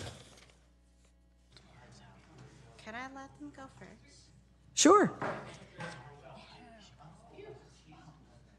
What's your name, sir? I'm Nabil Fayyad. Okay. I think I submitted a speaker card earlier. Great. Can I start? Okay, cool. Hi, my name is Nabil Fayyad, and I'm a student activist.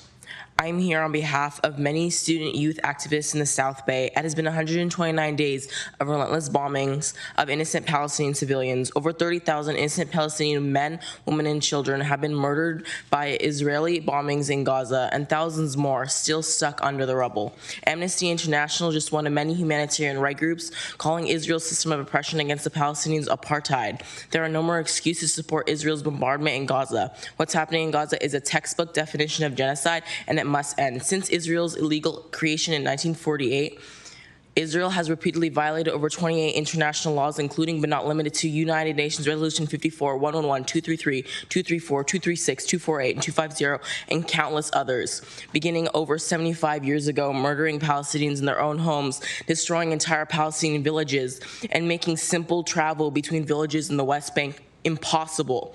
One of the many violations that Israel has committed is the 4th Geneva Convention, clearly stating that any shape or form of attacking medical facilities is illegal under international law, yet 0 of the 32 hospitals in Gaza are fully functioning due to Israel's relentless bombarding. Let that sink in. For 2.1 million people, there are 0 functioning hospitals. The occupation of indigenous Palestinian lands and genocidal intentions of the Israeli government did not just start 129 days ago, but over 75 years ago during the Nakba, at a time when the Israeli government murdered over 20,000 Palestinians and pushed over 750,000 more out of their lands. Thank you for your time.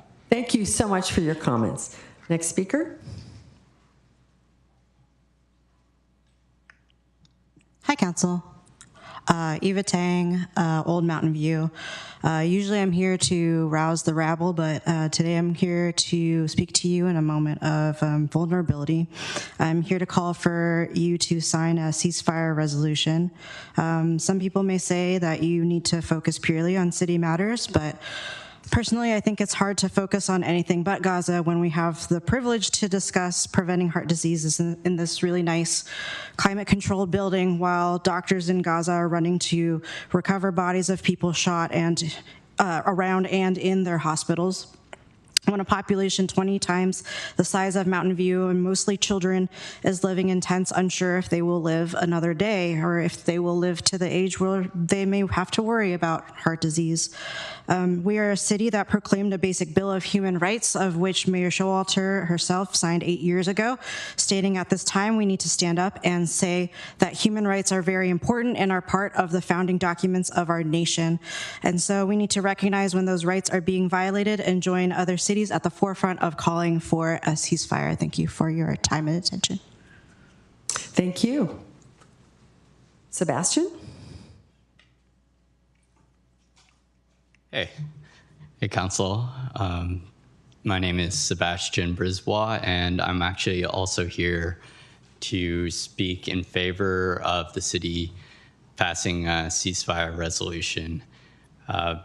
It's like other speakers mentioned, we can give our input to the national government by passing this, because even though we're here locally in one city in the state dealing with local issues and challenges, I think, overall, it's nothing compared to what people are going through in Gaza. There's been tens of thousands of people killed there, and many are starving, and it's only going to get worse, and it's been so bad already for months. And yeah, I think everyone here needs to think about how they would feel in this situation. It must be horrible. I actually can't even imagine it. So I think we need to use our standing as a place that's, pretty peaceful for the most part. Yeah, we have challenges, but we can spend a little bit of our time to just say we support the people there and we don't want any more bloodshed, any more trouble for them that is completely unjust. And so, yeah, we can't wait also. We need to do something soon to be more supportive. Thank you. Next speaker is Jonathan Madamba, and then Farah Shaheen.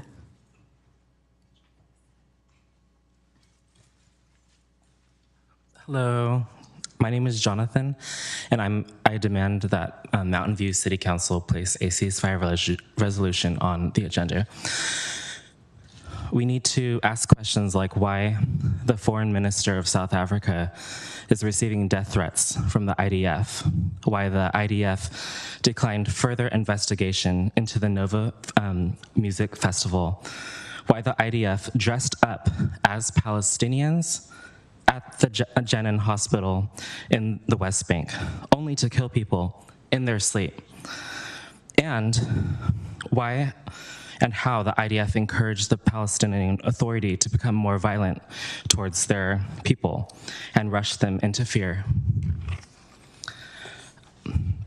We need to be critical about the Zionist propaganda, even if it continues to push us into silence, and how it's used for violence protected by the APAC. It'll affect our conversations and intimidate us, as many of us are afraid to speak out and inform the public.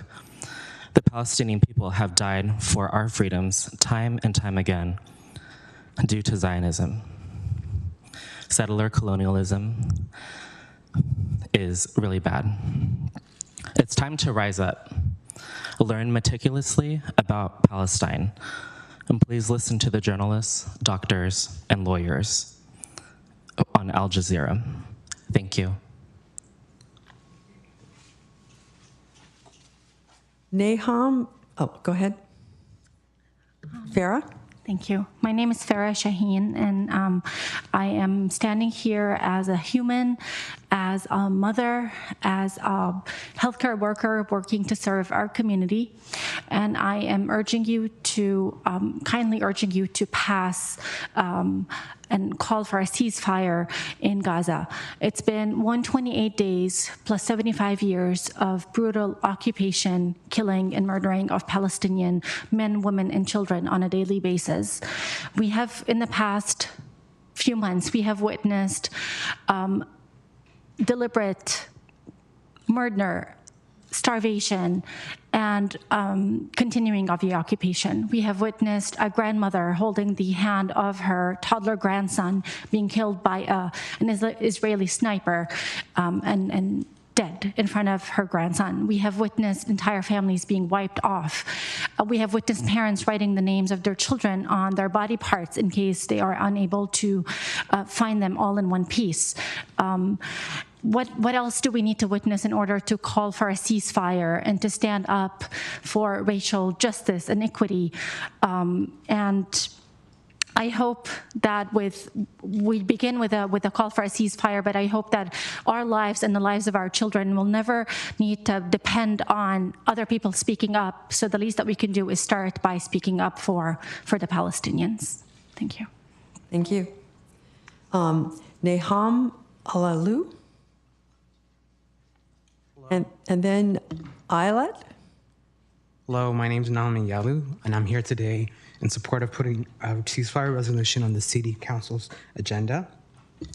Currently, what's happening in Gaza is a uniquely high-tech genocide where the Israeli military uses first of its kind artificial intelligence system to produce hundreds of targets for bombing a day, resulting in the death of tens of thousands of Palestinians and the displacement of millions south further into Rafah, an area about twice the size of Mountain View and with 20 times the population.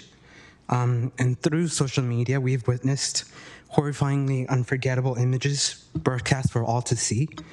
And I believe Mountain View, as the home of leaders in the tech industry, is in a unique position to speak out against this high-tech genocide and send a strong message against this form of AI utilization. Thank you. Thank you.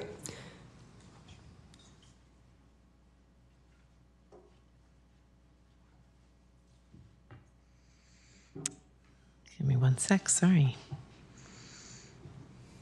Your name so we can get it for the minutes? Yes, my name is Ayelet, and I'd like to thank Council for their tireless work. I'm a local community member, mother, educator, and Mountain View voter. As a Jewish woman with Israeli heritage, I know, in fact, my Jewish faith has taught me that we as humans are all connected and that our collective liberation is intertwined.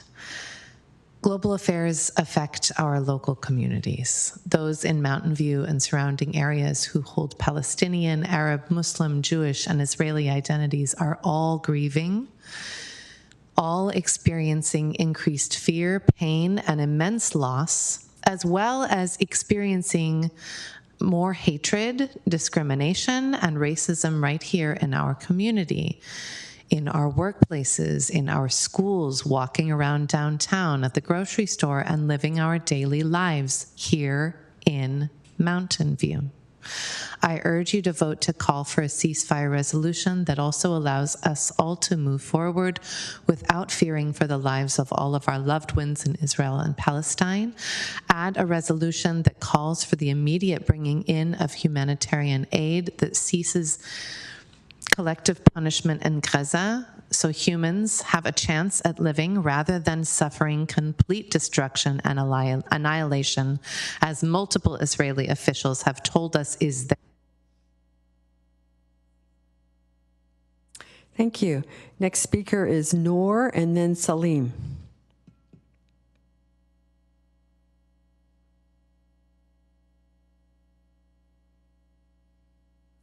Welcome. Hi. I come today to speak to you with my human identity, with my identity as a mother of a 2-year-old baby boy. He goes to a daycare just minutes away from here. In the last 48 hours alone, I have seen the images of murdered babies in Gaza, not just anywhere in Gaza, but in Rafah, in the so-called safe zone. In the last 48 hours alone, I saw the shredded body of a 4-year-old dangling from the ceiling of her freshly bombed safe haven. In the last 48 hours, I saw the body of a 3-year-old boy beside the lifeless body of his mother, who was just shot in cold blood by an IDF soldier. He bled beside her until the world witnessed his final breath there on the floor. In the last 14 hours, I saw the Senate pass a bill for funding this genocide further with a promise of $14 billion more to Israel. We can't stay silent. I ask you today to voice your opposition and be on the right side of history. We need to pressure Congress. Our children will remember this. Our children will judge us for this. But more importantly, our children, our community, will celebrate you for standing up for what is right.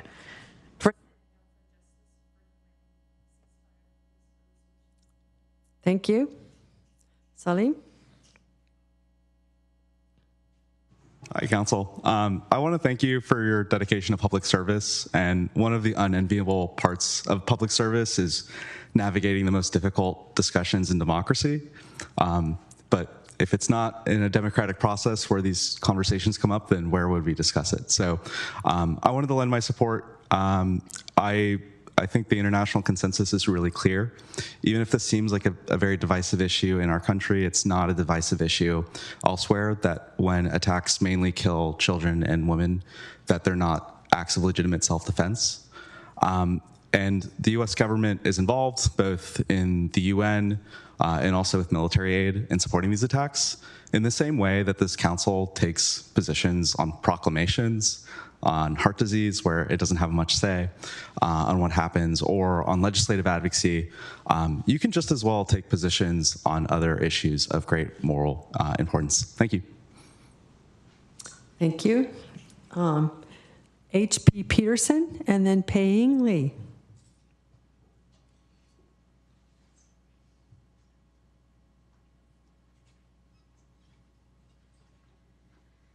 Hello, I'm a lifelong resident of Mountain View. I was born at El Camino Hospital in '97, and I've lived here my whole life.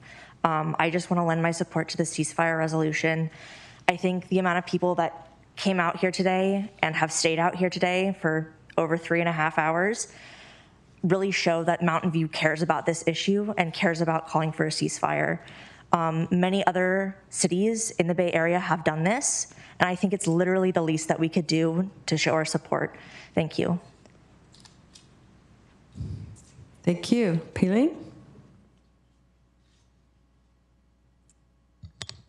Hi.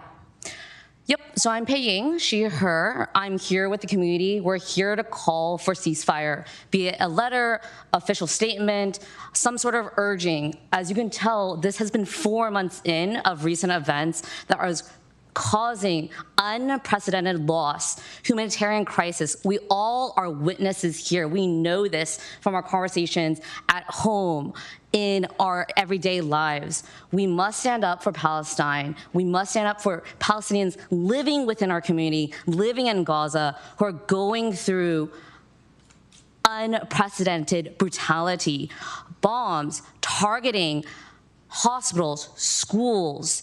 There's no shelter, there's no food, no water.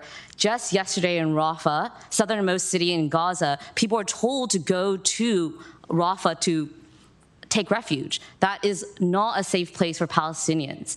We're gonna hear more tonight from the community. I wanna uplift a couple more things about protest. Shout out to Stanford, the students who are doing a sit-in to stop genocide. These are all necessary. I have a quick poem by a Palestinian poet professor who was killed at the end of last year. It's gonna take a little bit more time. If I must die, you must live to tell my story, to sell my things, to buy a piece of cloth and some strings. Make it white with a long tail so that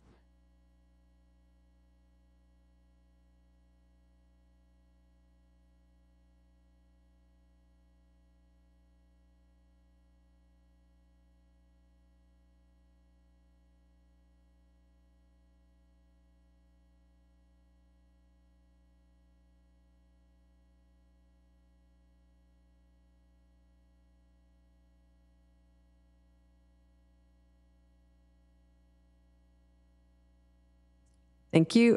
Tim McKenzie, and then Clara Jessup.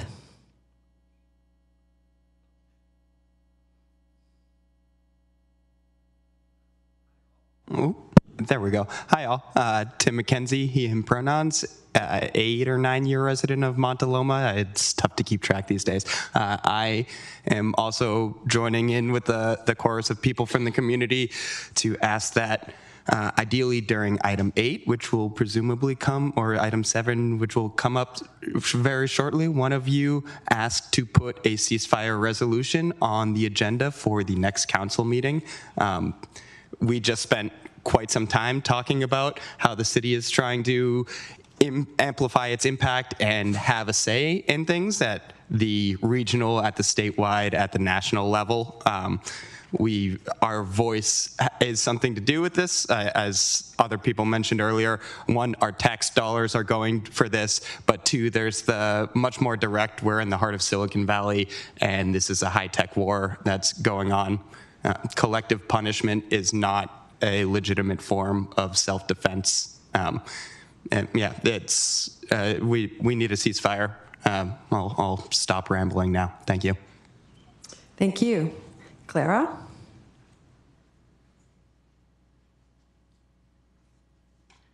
Hello, my name is Clara Jessup, and I'm a Mountain View resident. I previously requested a ceasefire resolution be agendized. I am here again to express this urgent need as our federal government has refused to call for a ceasefire, failing to represent the majority of their constituents. After 129 days of genocide funded by our tax dollars, I am furious, angry, and disgusted by our leaders. They have deemed calling for a ceasefire as a radical anti-Semitic act, which is dangerous rhetoric and untrue. Calling for a ceasefire is the bare minimum. Since its inception, Israel has relied on the erasure of Palestinians, committing daily violence for decades in order to uphold their racist apartheid state. Instead of being held accountable, Israel receives unwavering support, money, and weapons from the U.S. I am asking you, the Mountain View City Council, to represent your constituents. You claim that Mountain View is a place where all should feel welcomed and safe. The federal government has made it clear that they do not value Palestinian lives, that they feel comfortable with the brutal killings of over 28,000 people and are fine with violence against Palestinians in Gaza, the West Bank, occupied Palestine, and here in the U.S. I urge you to take a stand and show that Mountain View values our Palestinian community and condemns this genocide. Ceasefire now. Hiba Hastufa and Jason Sens.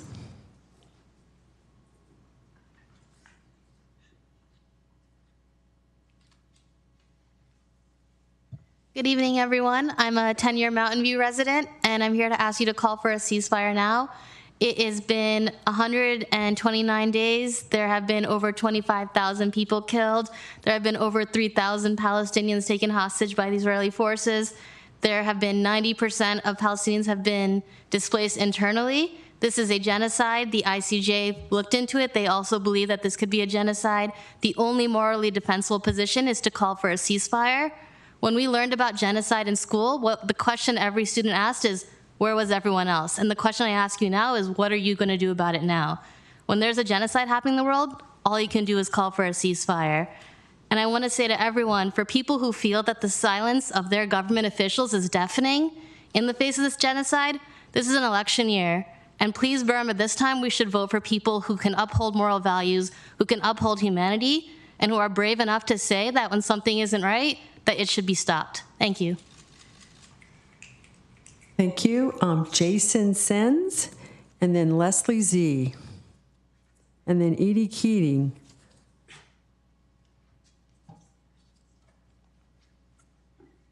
It seems like Jason isn't here. So, hi, I'm Leslie Zeiger. I have lived in Mountain View for the last 23 years. I want to tell you about my Valentine. During all those 23 years that I've lived in peace and freedom in Mountain View, they have been under blockade or occupation. And these past 4 months, my Valentine has suffered collective punishment and near destruction of one of its parts. You've likely guessed, my Valentine is Palestine. And tonight, I'm here with an urgent plea that you share the love and agendize a resolution calling for an immediate and permanent ceasefire in Gaza.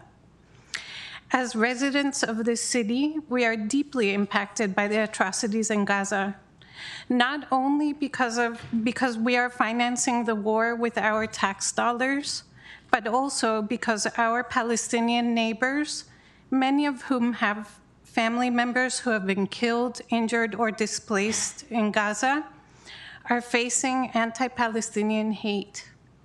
It is our collective responsibility to speak up against Israel's gross violation of human rights and in support of the Palestinian people. As a Jewish person, I say never again needs to mean.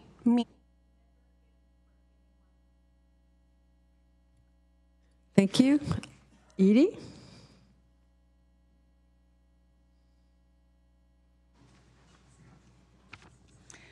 Hello. Albany, New York, 98,000 population.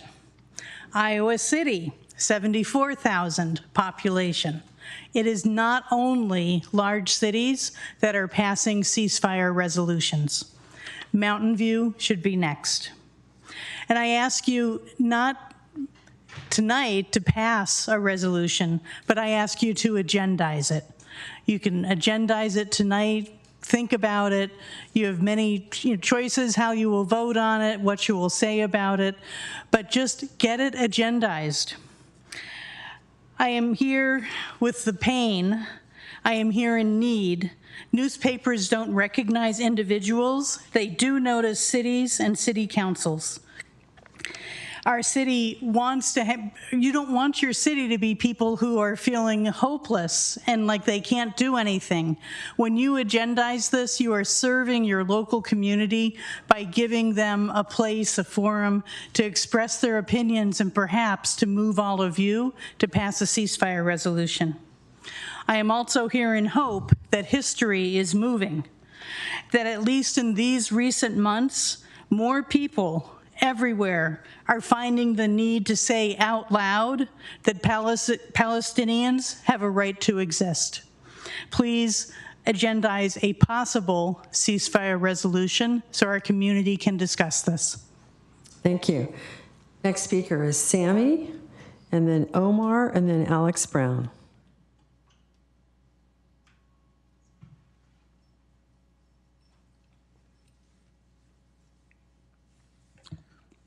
Hi, my name is Sammy. I'm a Mountain View resident and a Palestinian American, and half of my family is in Gaza right now, facing displacement and endangered by US-supplied weapons.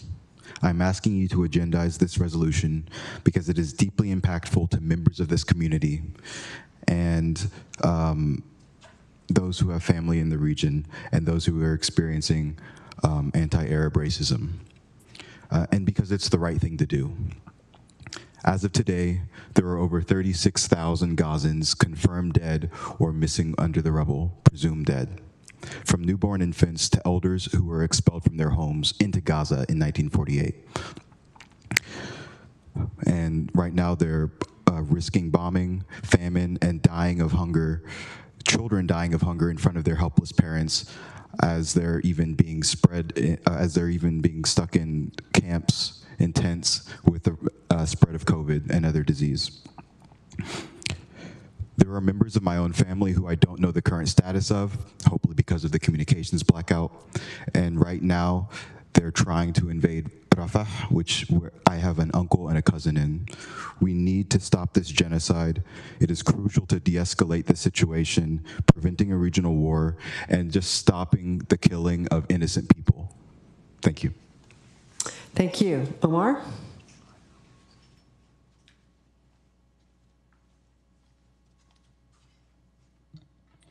Good evening. My name is Omar, Mountain View community member and Bay Area native. And as a first-generation American, most of my relatives reside in Gaza. And with extreme pain, I've been watching, myself and my family have been watching our family in Gaza struggle to survive. Many of those have lost that struggle, as more than 80 of them have been killed over the last 4 months. Those that are surviving are among the 1.5 million that are now squeezed into the small city of Rafah, which is the southernmost area in the Gaza Strip. As someone mentioned, it's about twice the size of Mountain View, and you have 1 million people there in tents, sleeping in the elements, starving, and getting bombed. The last couple of days, more than 100 people have been killed there alone. They've been repeatedly displaced and now have literally nowhere else to go because the Israeli military will not let them go anywhere else. Rafah was designated as a safe zone, is now becoming a graveyard. And while we sit here in warmth and safety, they are literally dying by the day. War crime after war crime. It is clear what is going on. It's our responsibility to speak up. Being silent is complicit. We need to have government at every level call for a ceasefire. I want you to agendize a ceasefire. It is the right thing to do and is proof that your hearts are still intact. Thank you. Next speaker is Alex Brown. Hi, friends. So imagine a world where everything is peaceful and you have a populace that is living in their intact homes with access to clean water and food and medical supplies, and everything's just nice. And you're offered to sign a thing that would give access to bombs and tanks and rifles and bulldozers and other tools that would destroy those people's lives. If that were the question, would you say, yes, I would like to enable that. I would like to start these things. I would start the fire. And if the answer is no, and you're going the other direction, like, would you call to end it, to try to stop it, to stop the harm? I think that's the question here, is if you wouldn't say, yes, we should do this, then I think it is also incumbent on you to say, we should not do this. We should stop doing this. We should try to go back to a state where people have some peace and can live in their homes and live their lives. All right, thanks. Call for ceasefire. All right. That brings, do we have any we have any virtual ones? Yes, Bruce England. All right.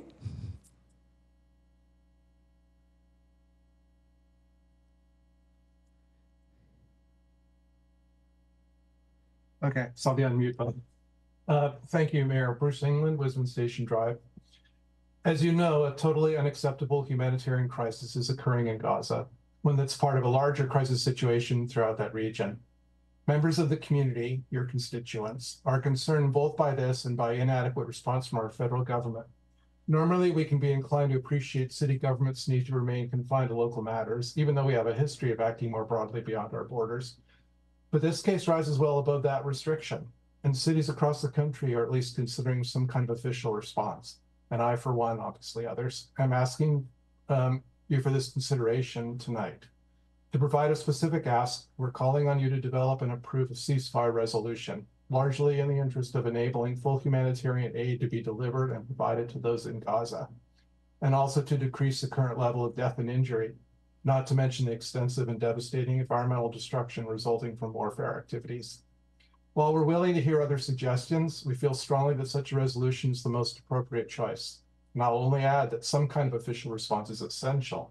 Anything short of that will not reflect well on us as a self-declared community for all. I hope you can appreciate that I personally don't usually ask for things that rise to a level like this, but we're facing a situation that calls for all of us to respond, and to the fullest extent we're able to. Thanks for your attention. Are there any? Finally, we'll hear from Brandon. Thank you. Hello, can you hear me? Yes, we can. Hi, I'm Brandon. I have family loved ones in Mountain View. I just want to share with you how I've been doing. I'm not okay. I don't know how to continue my day-to-day knowing that I am living through a genocide that I'm paying for. When I'm eating with my family and I cook for my family every day, I think of families rationing noodles made with cold, dirty water left in a pot overnight. How can I continue like normal? We have families of our neighbors, our loved ones, our fellow humans are being mercilessly slaughtered. I stay up at night in my bed under my roof, knowing families are using makeshift tents that can barely withstand rainstorms, not knowing if they'll see tomorrow. I am sleepless knowing houses, neighborhoods have been leveled. Why should the city of Mountain View take a stance on this crisis? Because we as constituents are powerless to put a stop to this humanitarian disaster that we are complicit with. Please use your political power that you are privileged to currently have to tell our national leaders, to tell our President Joe Biden to do something about this. Thank you for your time. Thank you. The phone? That's the end. That's Okay, thank you. All right. Well, as you all, many of you seem to know, this is a subject that we can't respond to directly because it hasn't been agendized. So we'll have to move on with our meeting. Thank you very much for attending and speaking to us.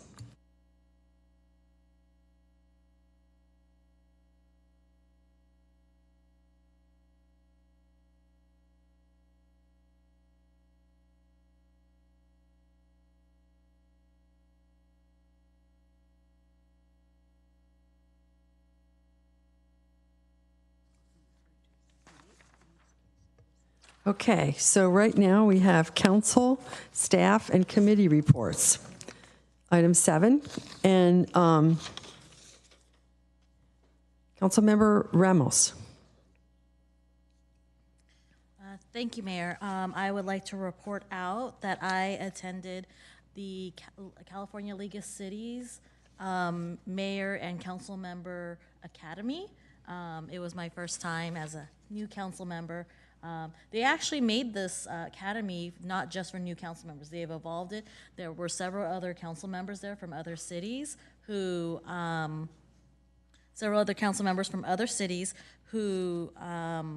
were there from multiple times. Cupertino brings like a whole contingent. And there was a fun thing during dinner where Councilmember Hung Wei asked, there were 7 different cities represented in this one dinner table. And she asked, who here has a compliant housing unit? And guess who was the only person that got to raise their hand? So that was fun. And I got to go through several training seminars about conflict of interest, ethics, public comment, and how to publicly address public comment, which was relevant. And then how to, and various, the basics of being a council member, which I actually think is really good and really a good refresher. They also mentioned the state advocacy that League of Cities is doing. Primarily, they were letting us know how much funding has really been cut from the state budget for many of the things that cities want to do.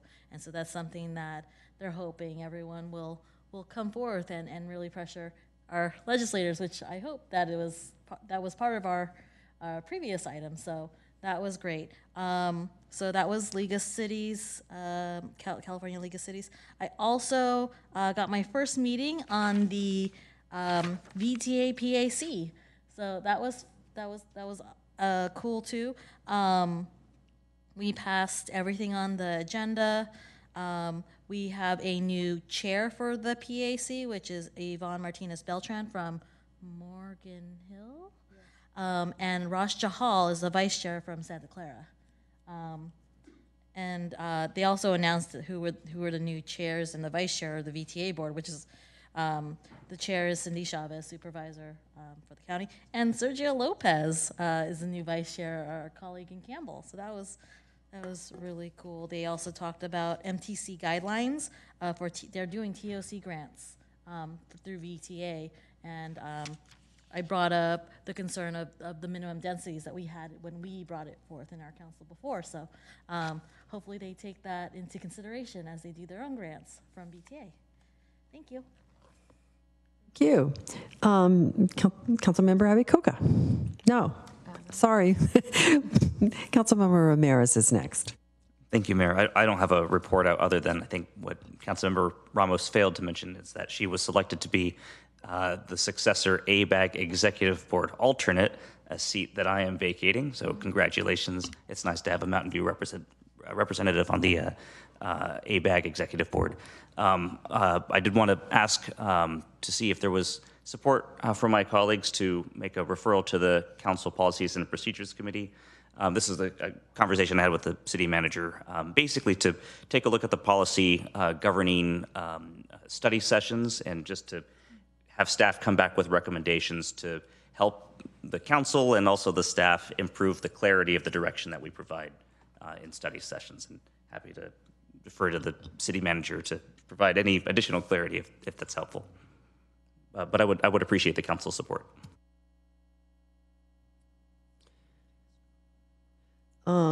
Okay. Would you like to comment, city manager? Thank you, Councilmember Ramirez, Mayor. So I think that we've seen in some past study sessions that there could be more clarity for both council and staff as to what you're being asked and the direction that you're providing. So I think if staff is to have the opportunity to just kind of take a little bit of a deeper dive into how we bring study sessions to council, and then once we do, how those study sessions proceed, that would provide some clarity to council and staff. And I think that that's something that staff's absolutely able to bring to CPPC and kind of put some hopefully helpful parameters and a process in place so that it'll help us in the future.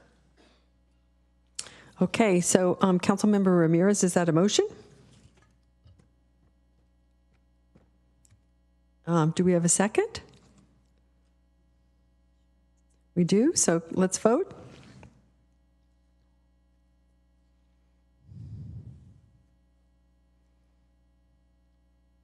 Okay, that passes unanimously. Thanks for the suggestion. Anything else? No, thank you. All right, Councilmember Abekoga?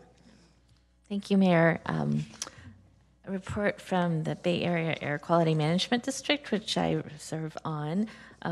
We announced today a big settlement. So a year ago, I was proud to vote for Regulation 6, Rule 5, which limits major emissions or requires major emissions reductions from refineries. And then we were sued by Chevron and the Martinez refining company, but we've reached settlement that will essentially have the two refineries following the standards, and also some major payments of fines that they've owed in the amount of $138 million. And this rule drops or is estimated to provide a 70% reduction of PM, particulate matter emissions, from the Chevron, and 80% reduction from Martinez. And this is really it's a public health issue, and this is really quite a big settlement announcement. We're really proud to have reached settlement, and a lot of the funding that we'll be receiving will be going to what we call our Rules 617 communities that tend to be the disadvantaged communities that experience higher emissions of PM and other pollutants. So big news. It's quite an accomplishment, and I just wanted to share that with everyone. Thanks. Thank you. Yes, that is quite a bit of money. That's great. Councilmember Hicks. So I wanted to thank everybody who came out tonight and waited for 3 hours, those of you who are remaining to speak during public commentary. You know, clearly members of the public, I imagine everybody here who ever watches the news or has for the past several months, is in a great deal of pain over what's going on in the Middle East. And I'm hoping that we can address this and also I want to add that it's an ongoing issue that's going to, you know, keep affecting us in many ways, including as there's rising support for some kind of ceasefire, it's going to affect the upcoming election and so forth. I'm hoping that council can address this in some way, and I would first put out there maybe a proclamation. We pride ourselves, or it's one of our goals, to be a community for all, and certainly the situation that we've been watching unfold over the past several months has increased both anti-Semitism and Islamophobia. I know in my own family we have some Jewish members, some Middle Eastern. My husband is from the Middle East. So, you know, there's a lot of pain in my family and in the community, and something that clearly members of the public share.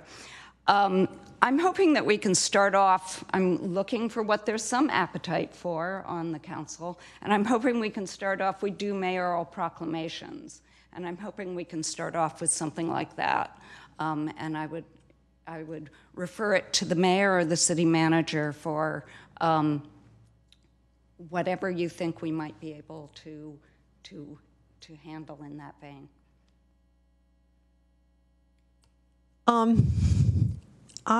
We do have a tradition. We are a human rights city, and we have a tradition of having a regular proclamation. Well, I don't know how regular it's been, but there have been proclamations against hate and racial, and I think that perhaps this might be a subject that would be appropriate for a proclamation against hate. Does that sound in the right vein? Yeah, I think that's a good start. I'm open to anything that anyone else on council is open to, but I thought I would make that my opening bid. Something I will work together with the city manager on and bring back. And I'll just say, I also think this is an issue that really needs education. So any tracking of, I've heard that the Los Altos Mountain View Community Foundation will be doing education around this issue. Any kind of tracking, I know that the Mountain View Wisdom School District put out some kind of a reading list. This would be a children's reading list, of course. But anything that you might be able to pack into that regarding education, I think many people are kind of in their own little bubble on this, and the more we talk to each other, it's something we're going to have to end up learning to talk about. You know, it's going to, for example, it's going to affect the election in November, and if, frankly, I'm a Democrat, if Democrats don't learn to talk about it, we're not going to do very well. So, so I would like anything that includes education and start with an anti-hate message. I think that's a good start. Yeah, I also think that this is an appropriate subject for the HRC. I don't know what's in their work plan at the moment, but that would be another thing to look into. In the past, they have had civility roundtables on a variety of topics. And that's been a way to get a lot of education out to people and also provide a forum for exchange of ideas. So that's another thing that I think might be appropriate for us to work on as a community. Okay, is that? Yes, you're the mayor, take charge. All right. Councilmember Kamei. Great. Thanks, Mayor. Thanks, Councilmember Hicks, for bringing that forward. I'll then stick to reporting out on a couple different items. So like Councilmember Ramos, I attended the Cal Cities Academy in my role as the Peninsula Division President. We had our CHAC board meeting that evening, and then we had our League of California Cities legislative address. And so we, the Peninsula Division includes 3 counties, and so we had Senator Becker, Assemblywoman Pappen, Senator Wahab, and Assemblymember Berman. And so they were able to have over our dialogue, kind of doing some Q&A, as well as speaking to the members of the Cal Cities Peninsula Division. And then on the 30th, or January 30th, we had our Council Transportation Committee meeting, of which I chair. There were 3 items of interest for council. One of them is the interim Castro pedestrian mall. We were talking about the central walkway treatment concept, so that'll be coming back to council shortly. We also are working on a citywide TDM, so Transportation Demand Management Ordinance, really trying to codify things that we've already done and put them all in one ordinance to kind of streamline the city's efforts. And then we also discussed Shoreline Boulevard, specifically perhaps moving to phasing. Our interim community development director, Dawn Cameron, with her new hat, was sharing the phased approach, kind of given we're still waiting to see what we might want to do with the reversible lanes. So it would allow for the pedestrian and cyclist improvements as phase 1, and then there would be a phase 2 and then a phase 3. So there was kind of robust discussion about that. And then I'm part of the CHAC, the Community Health Awareness Council. We've had an ad hoc committee meeting about the continued conversation and dialogue about the future of CHAC. And so I should have more of an update for all of you, hopefully soon, in terms of next steps. What we're really trying to make sure is that working in tandem with our school districts, that we are able to continue to provide the services should CHAC be absorbed into another agency or organization. And also, how do we remain kind of committed to the cities we serve? So Los Altos Hills, and Mountain View. And then wanted to share on Saturday, I also attended our city's 2nd annual Lunar New Year event. Happy Year of the Dragon. It's the wooden dragon. It's really great luck and a very auspicious year, and really want to thank staff. I know that this came out of the Chinese Mandarin Civic Leadership Academy.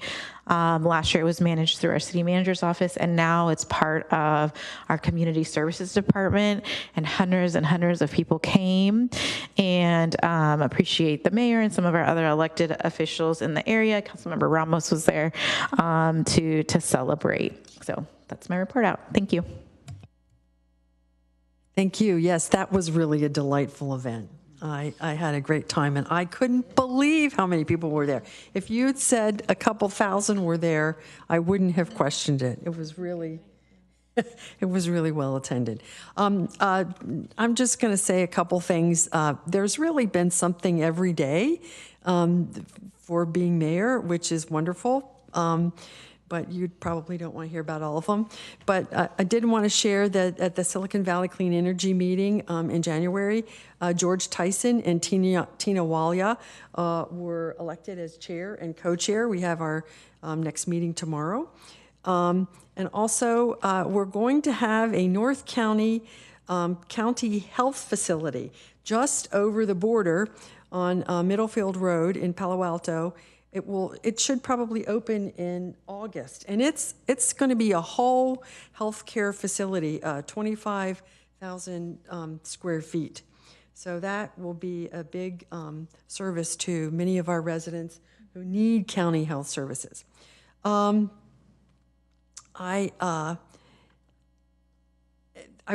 attended the Cities Association Selection Committee, and Emily Ramos was selected as the alternate for the ABAG Executive Committee, and also Lisa Matichek was appointed to the Airport Land Use Commission. There wasn't anyone who expressed interest, and so we were looking for a person, and I hope that she will be happy to do that for a year. We will find out. And then at the Cities Association meeting, it was really very important from a ceremonial point of view because the old Cities Association was disbanded. We voted to disband it, and then we officially started the new JPA.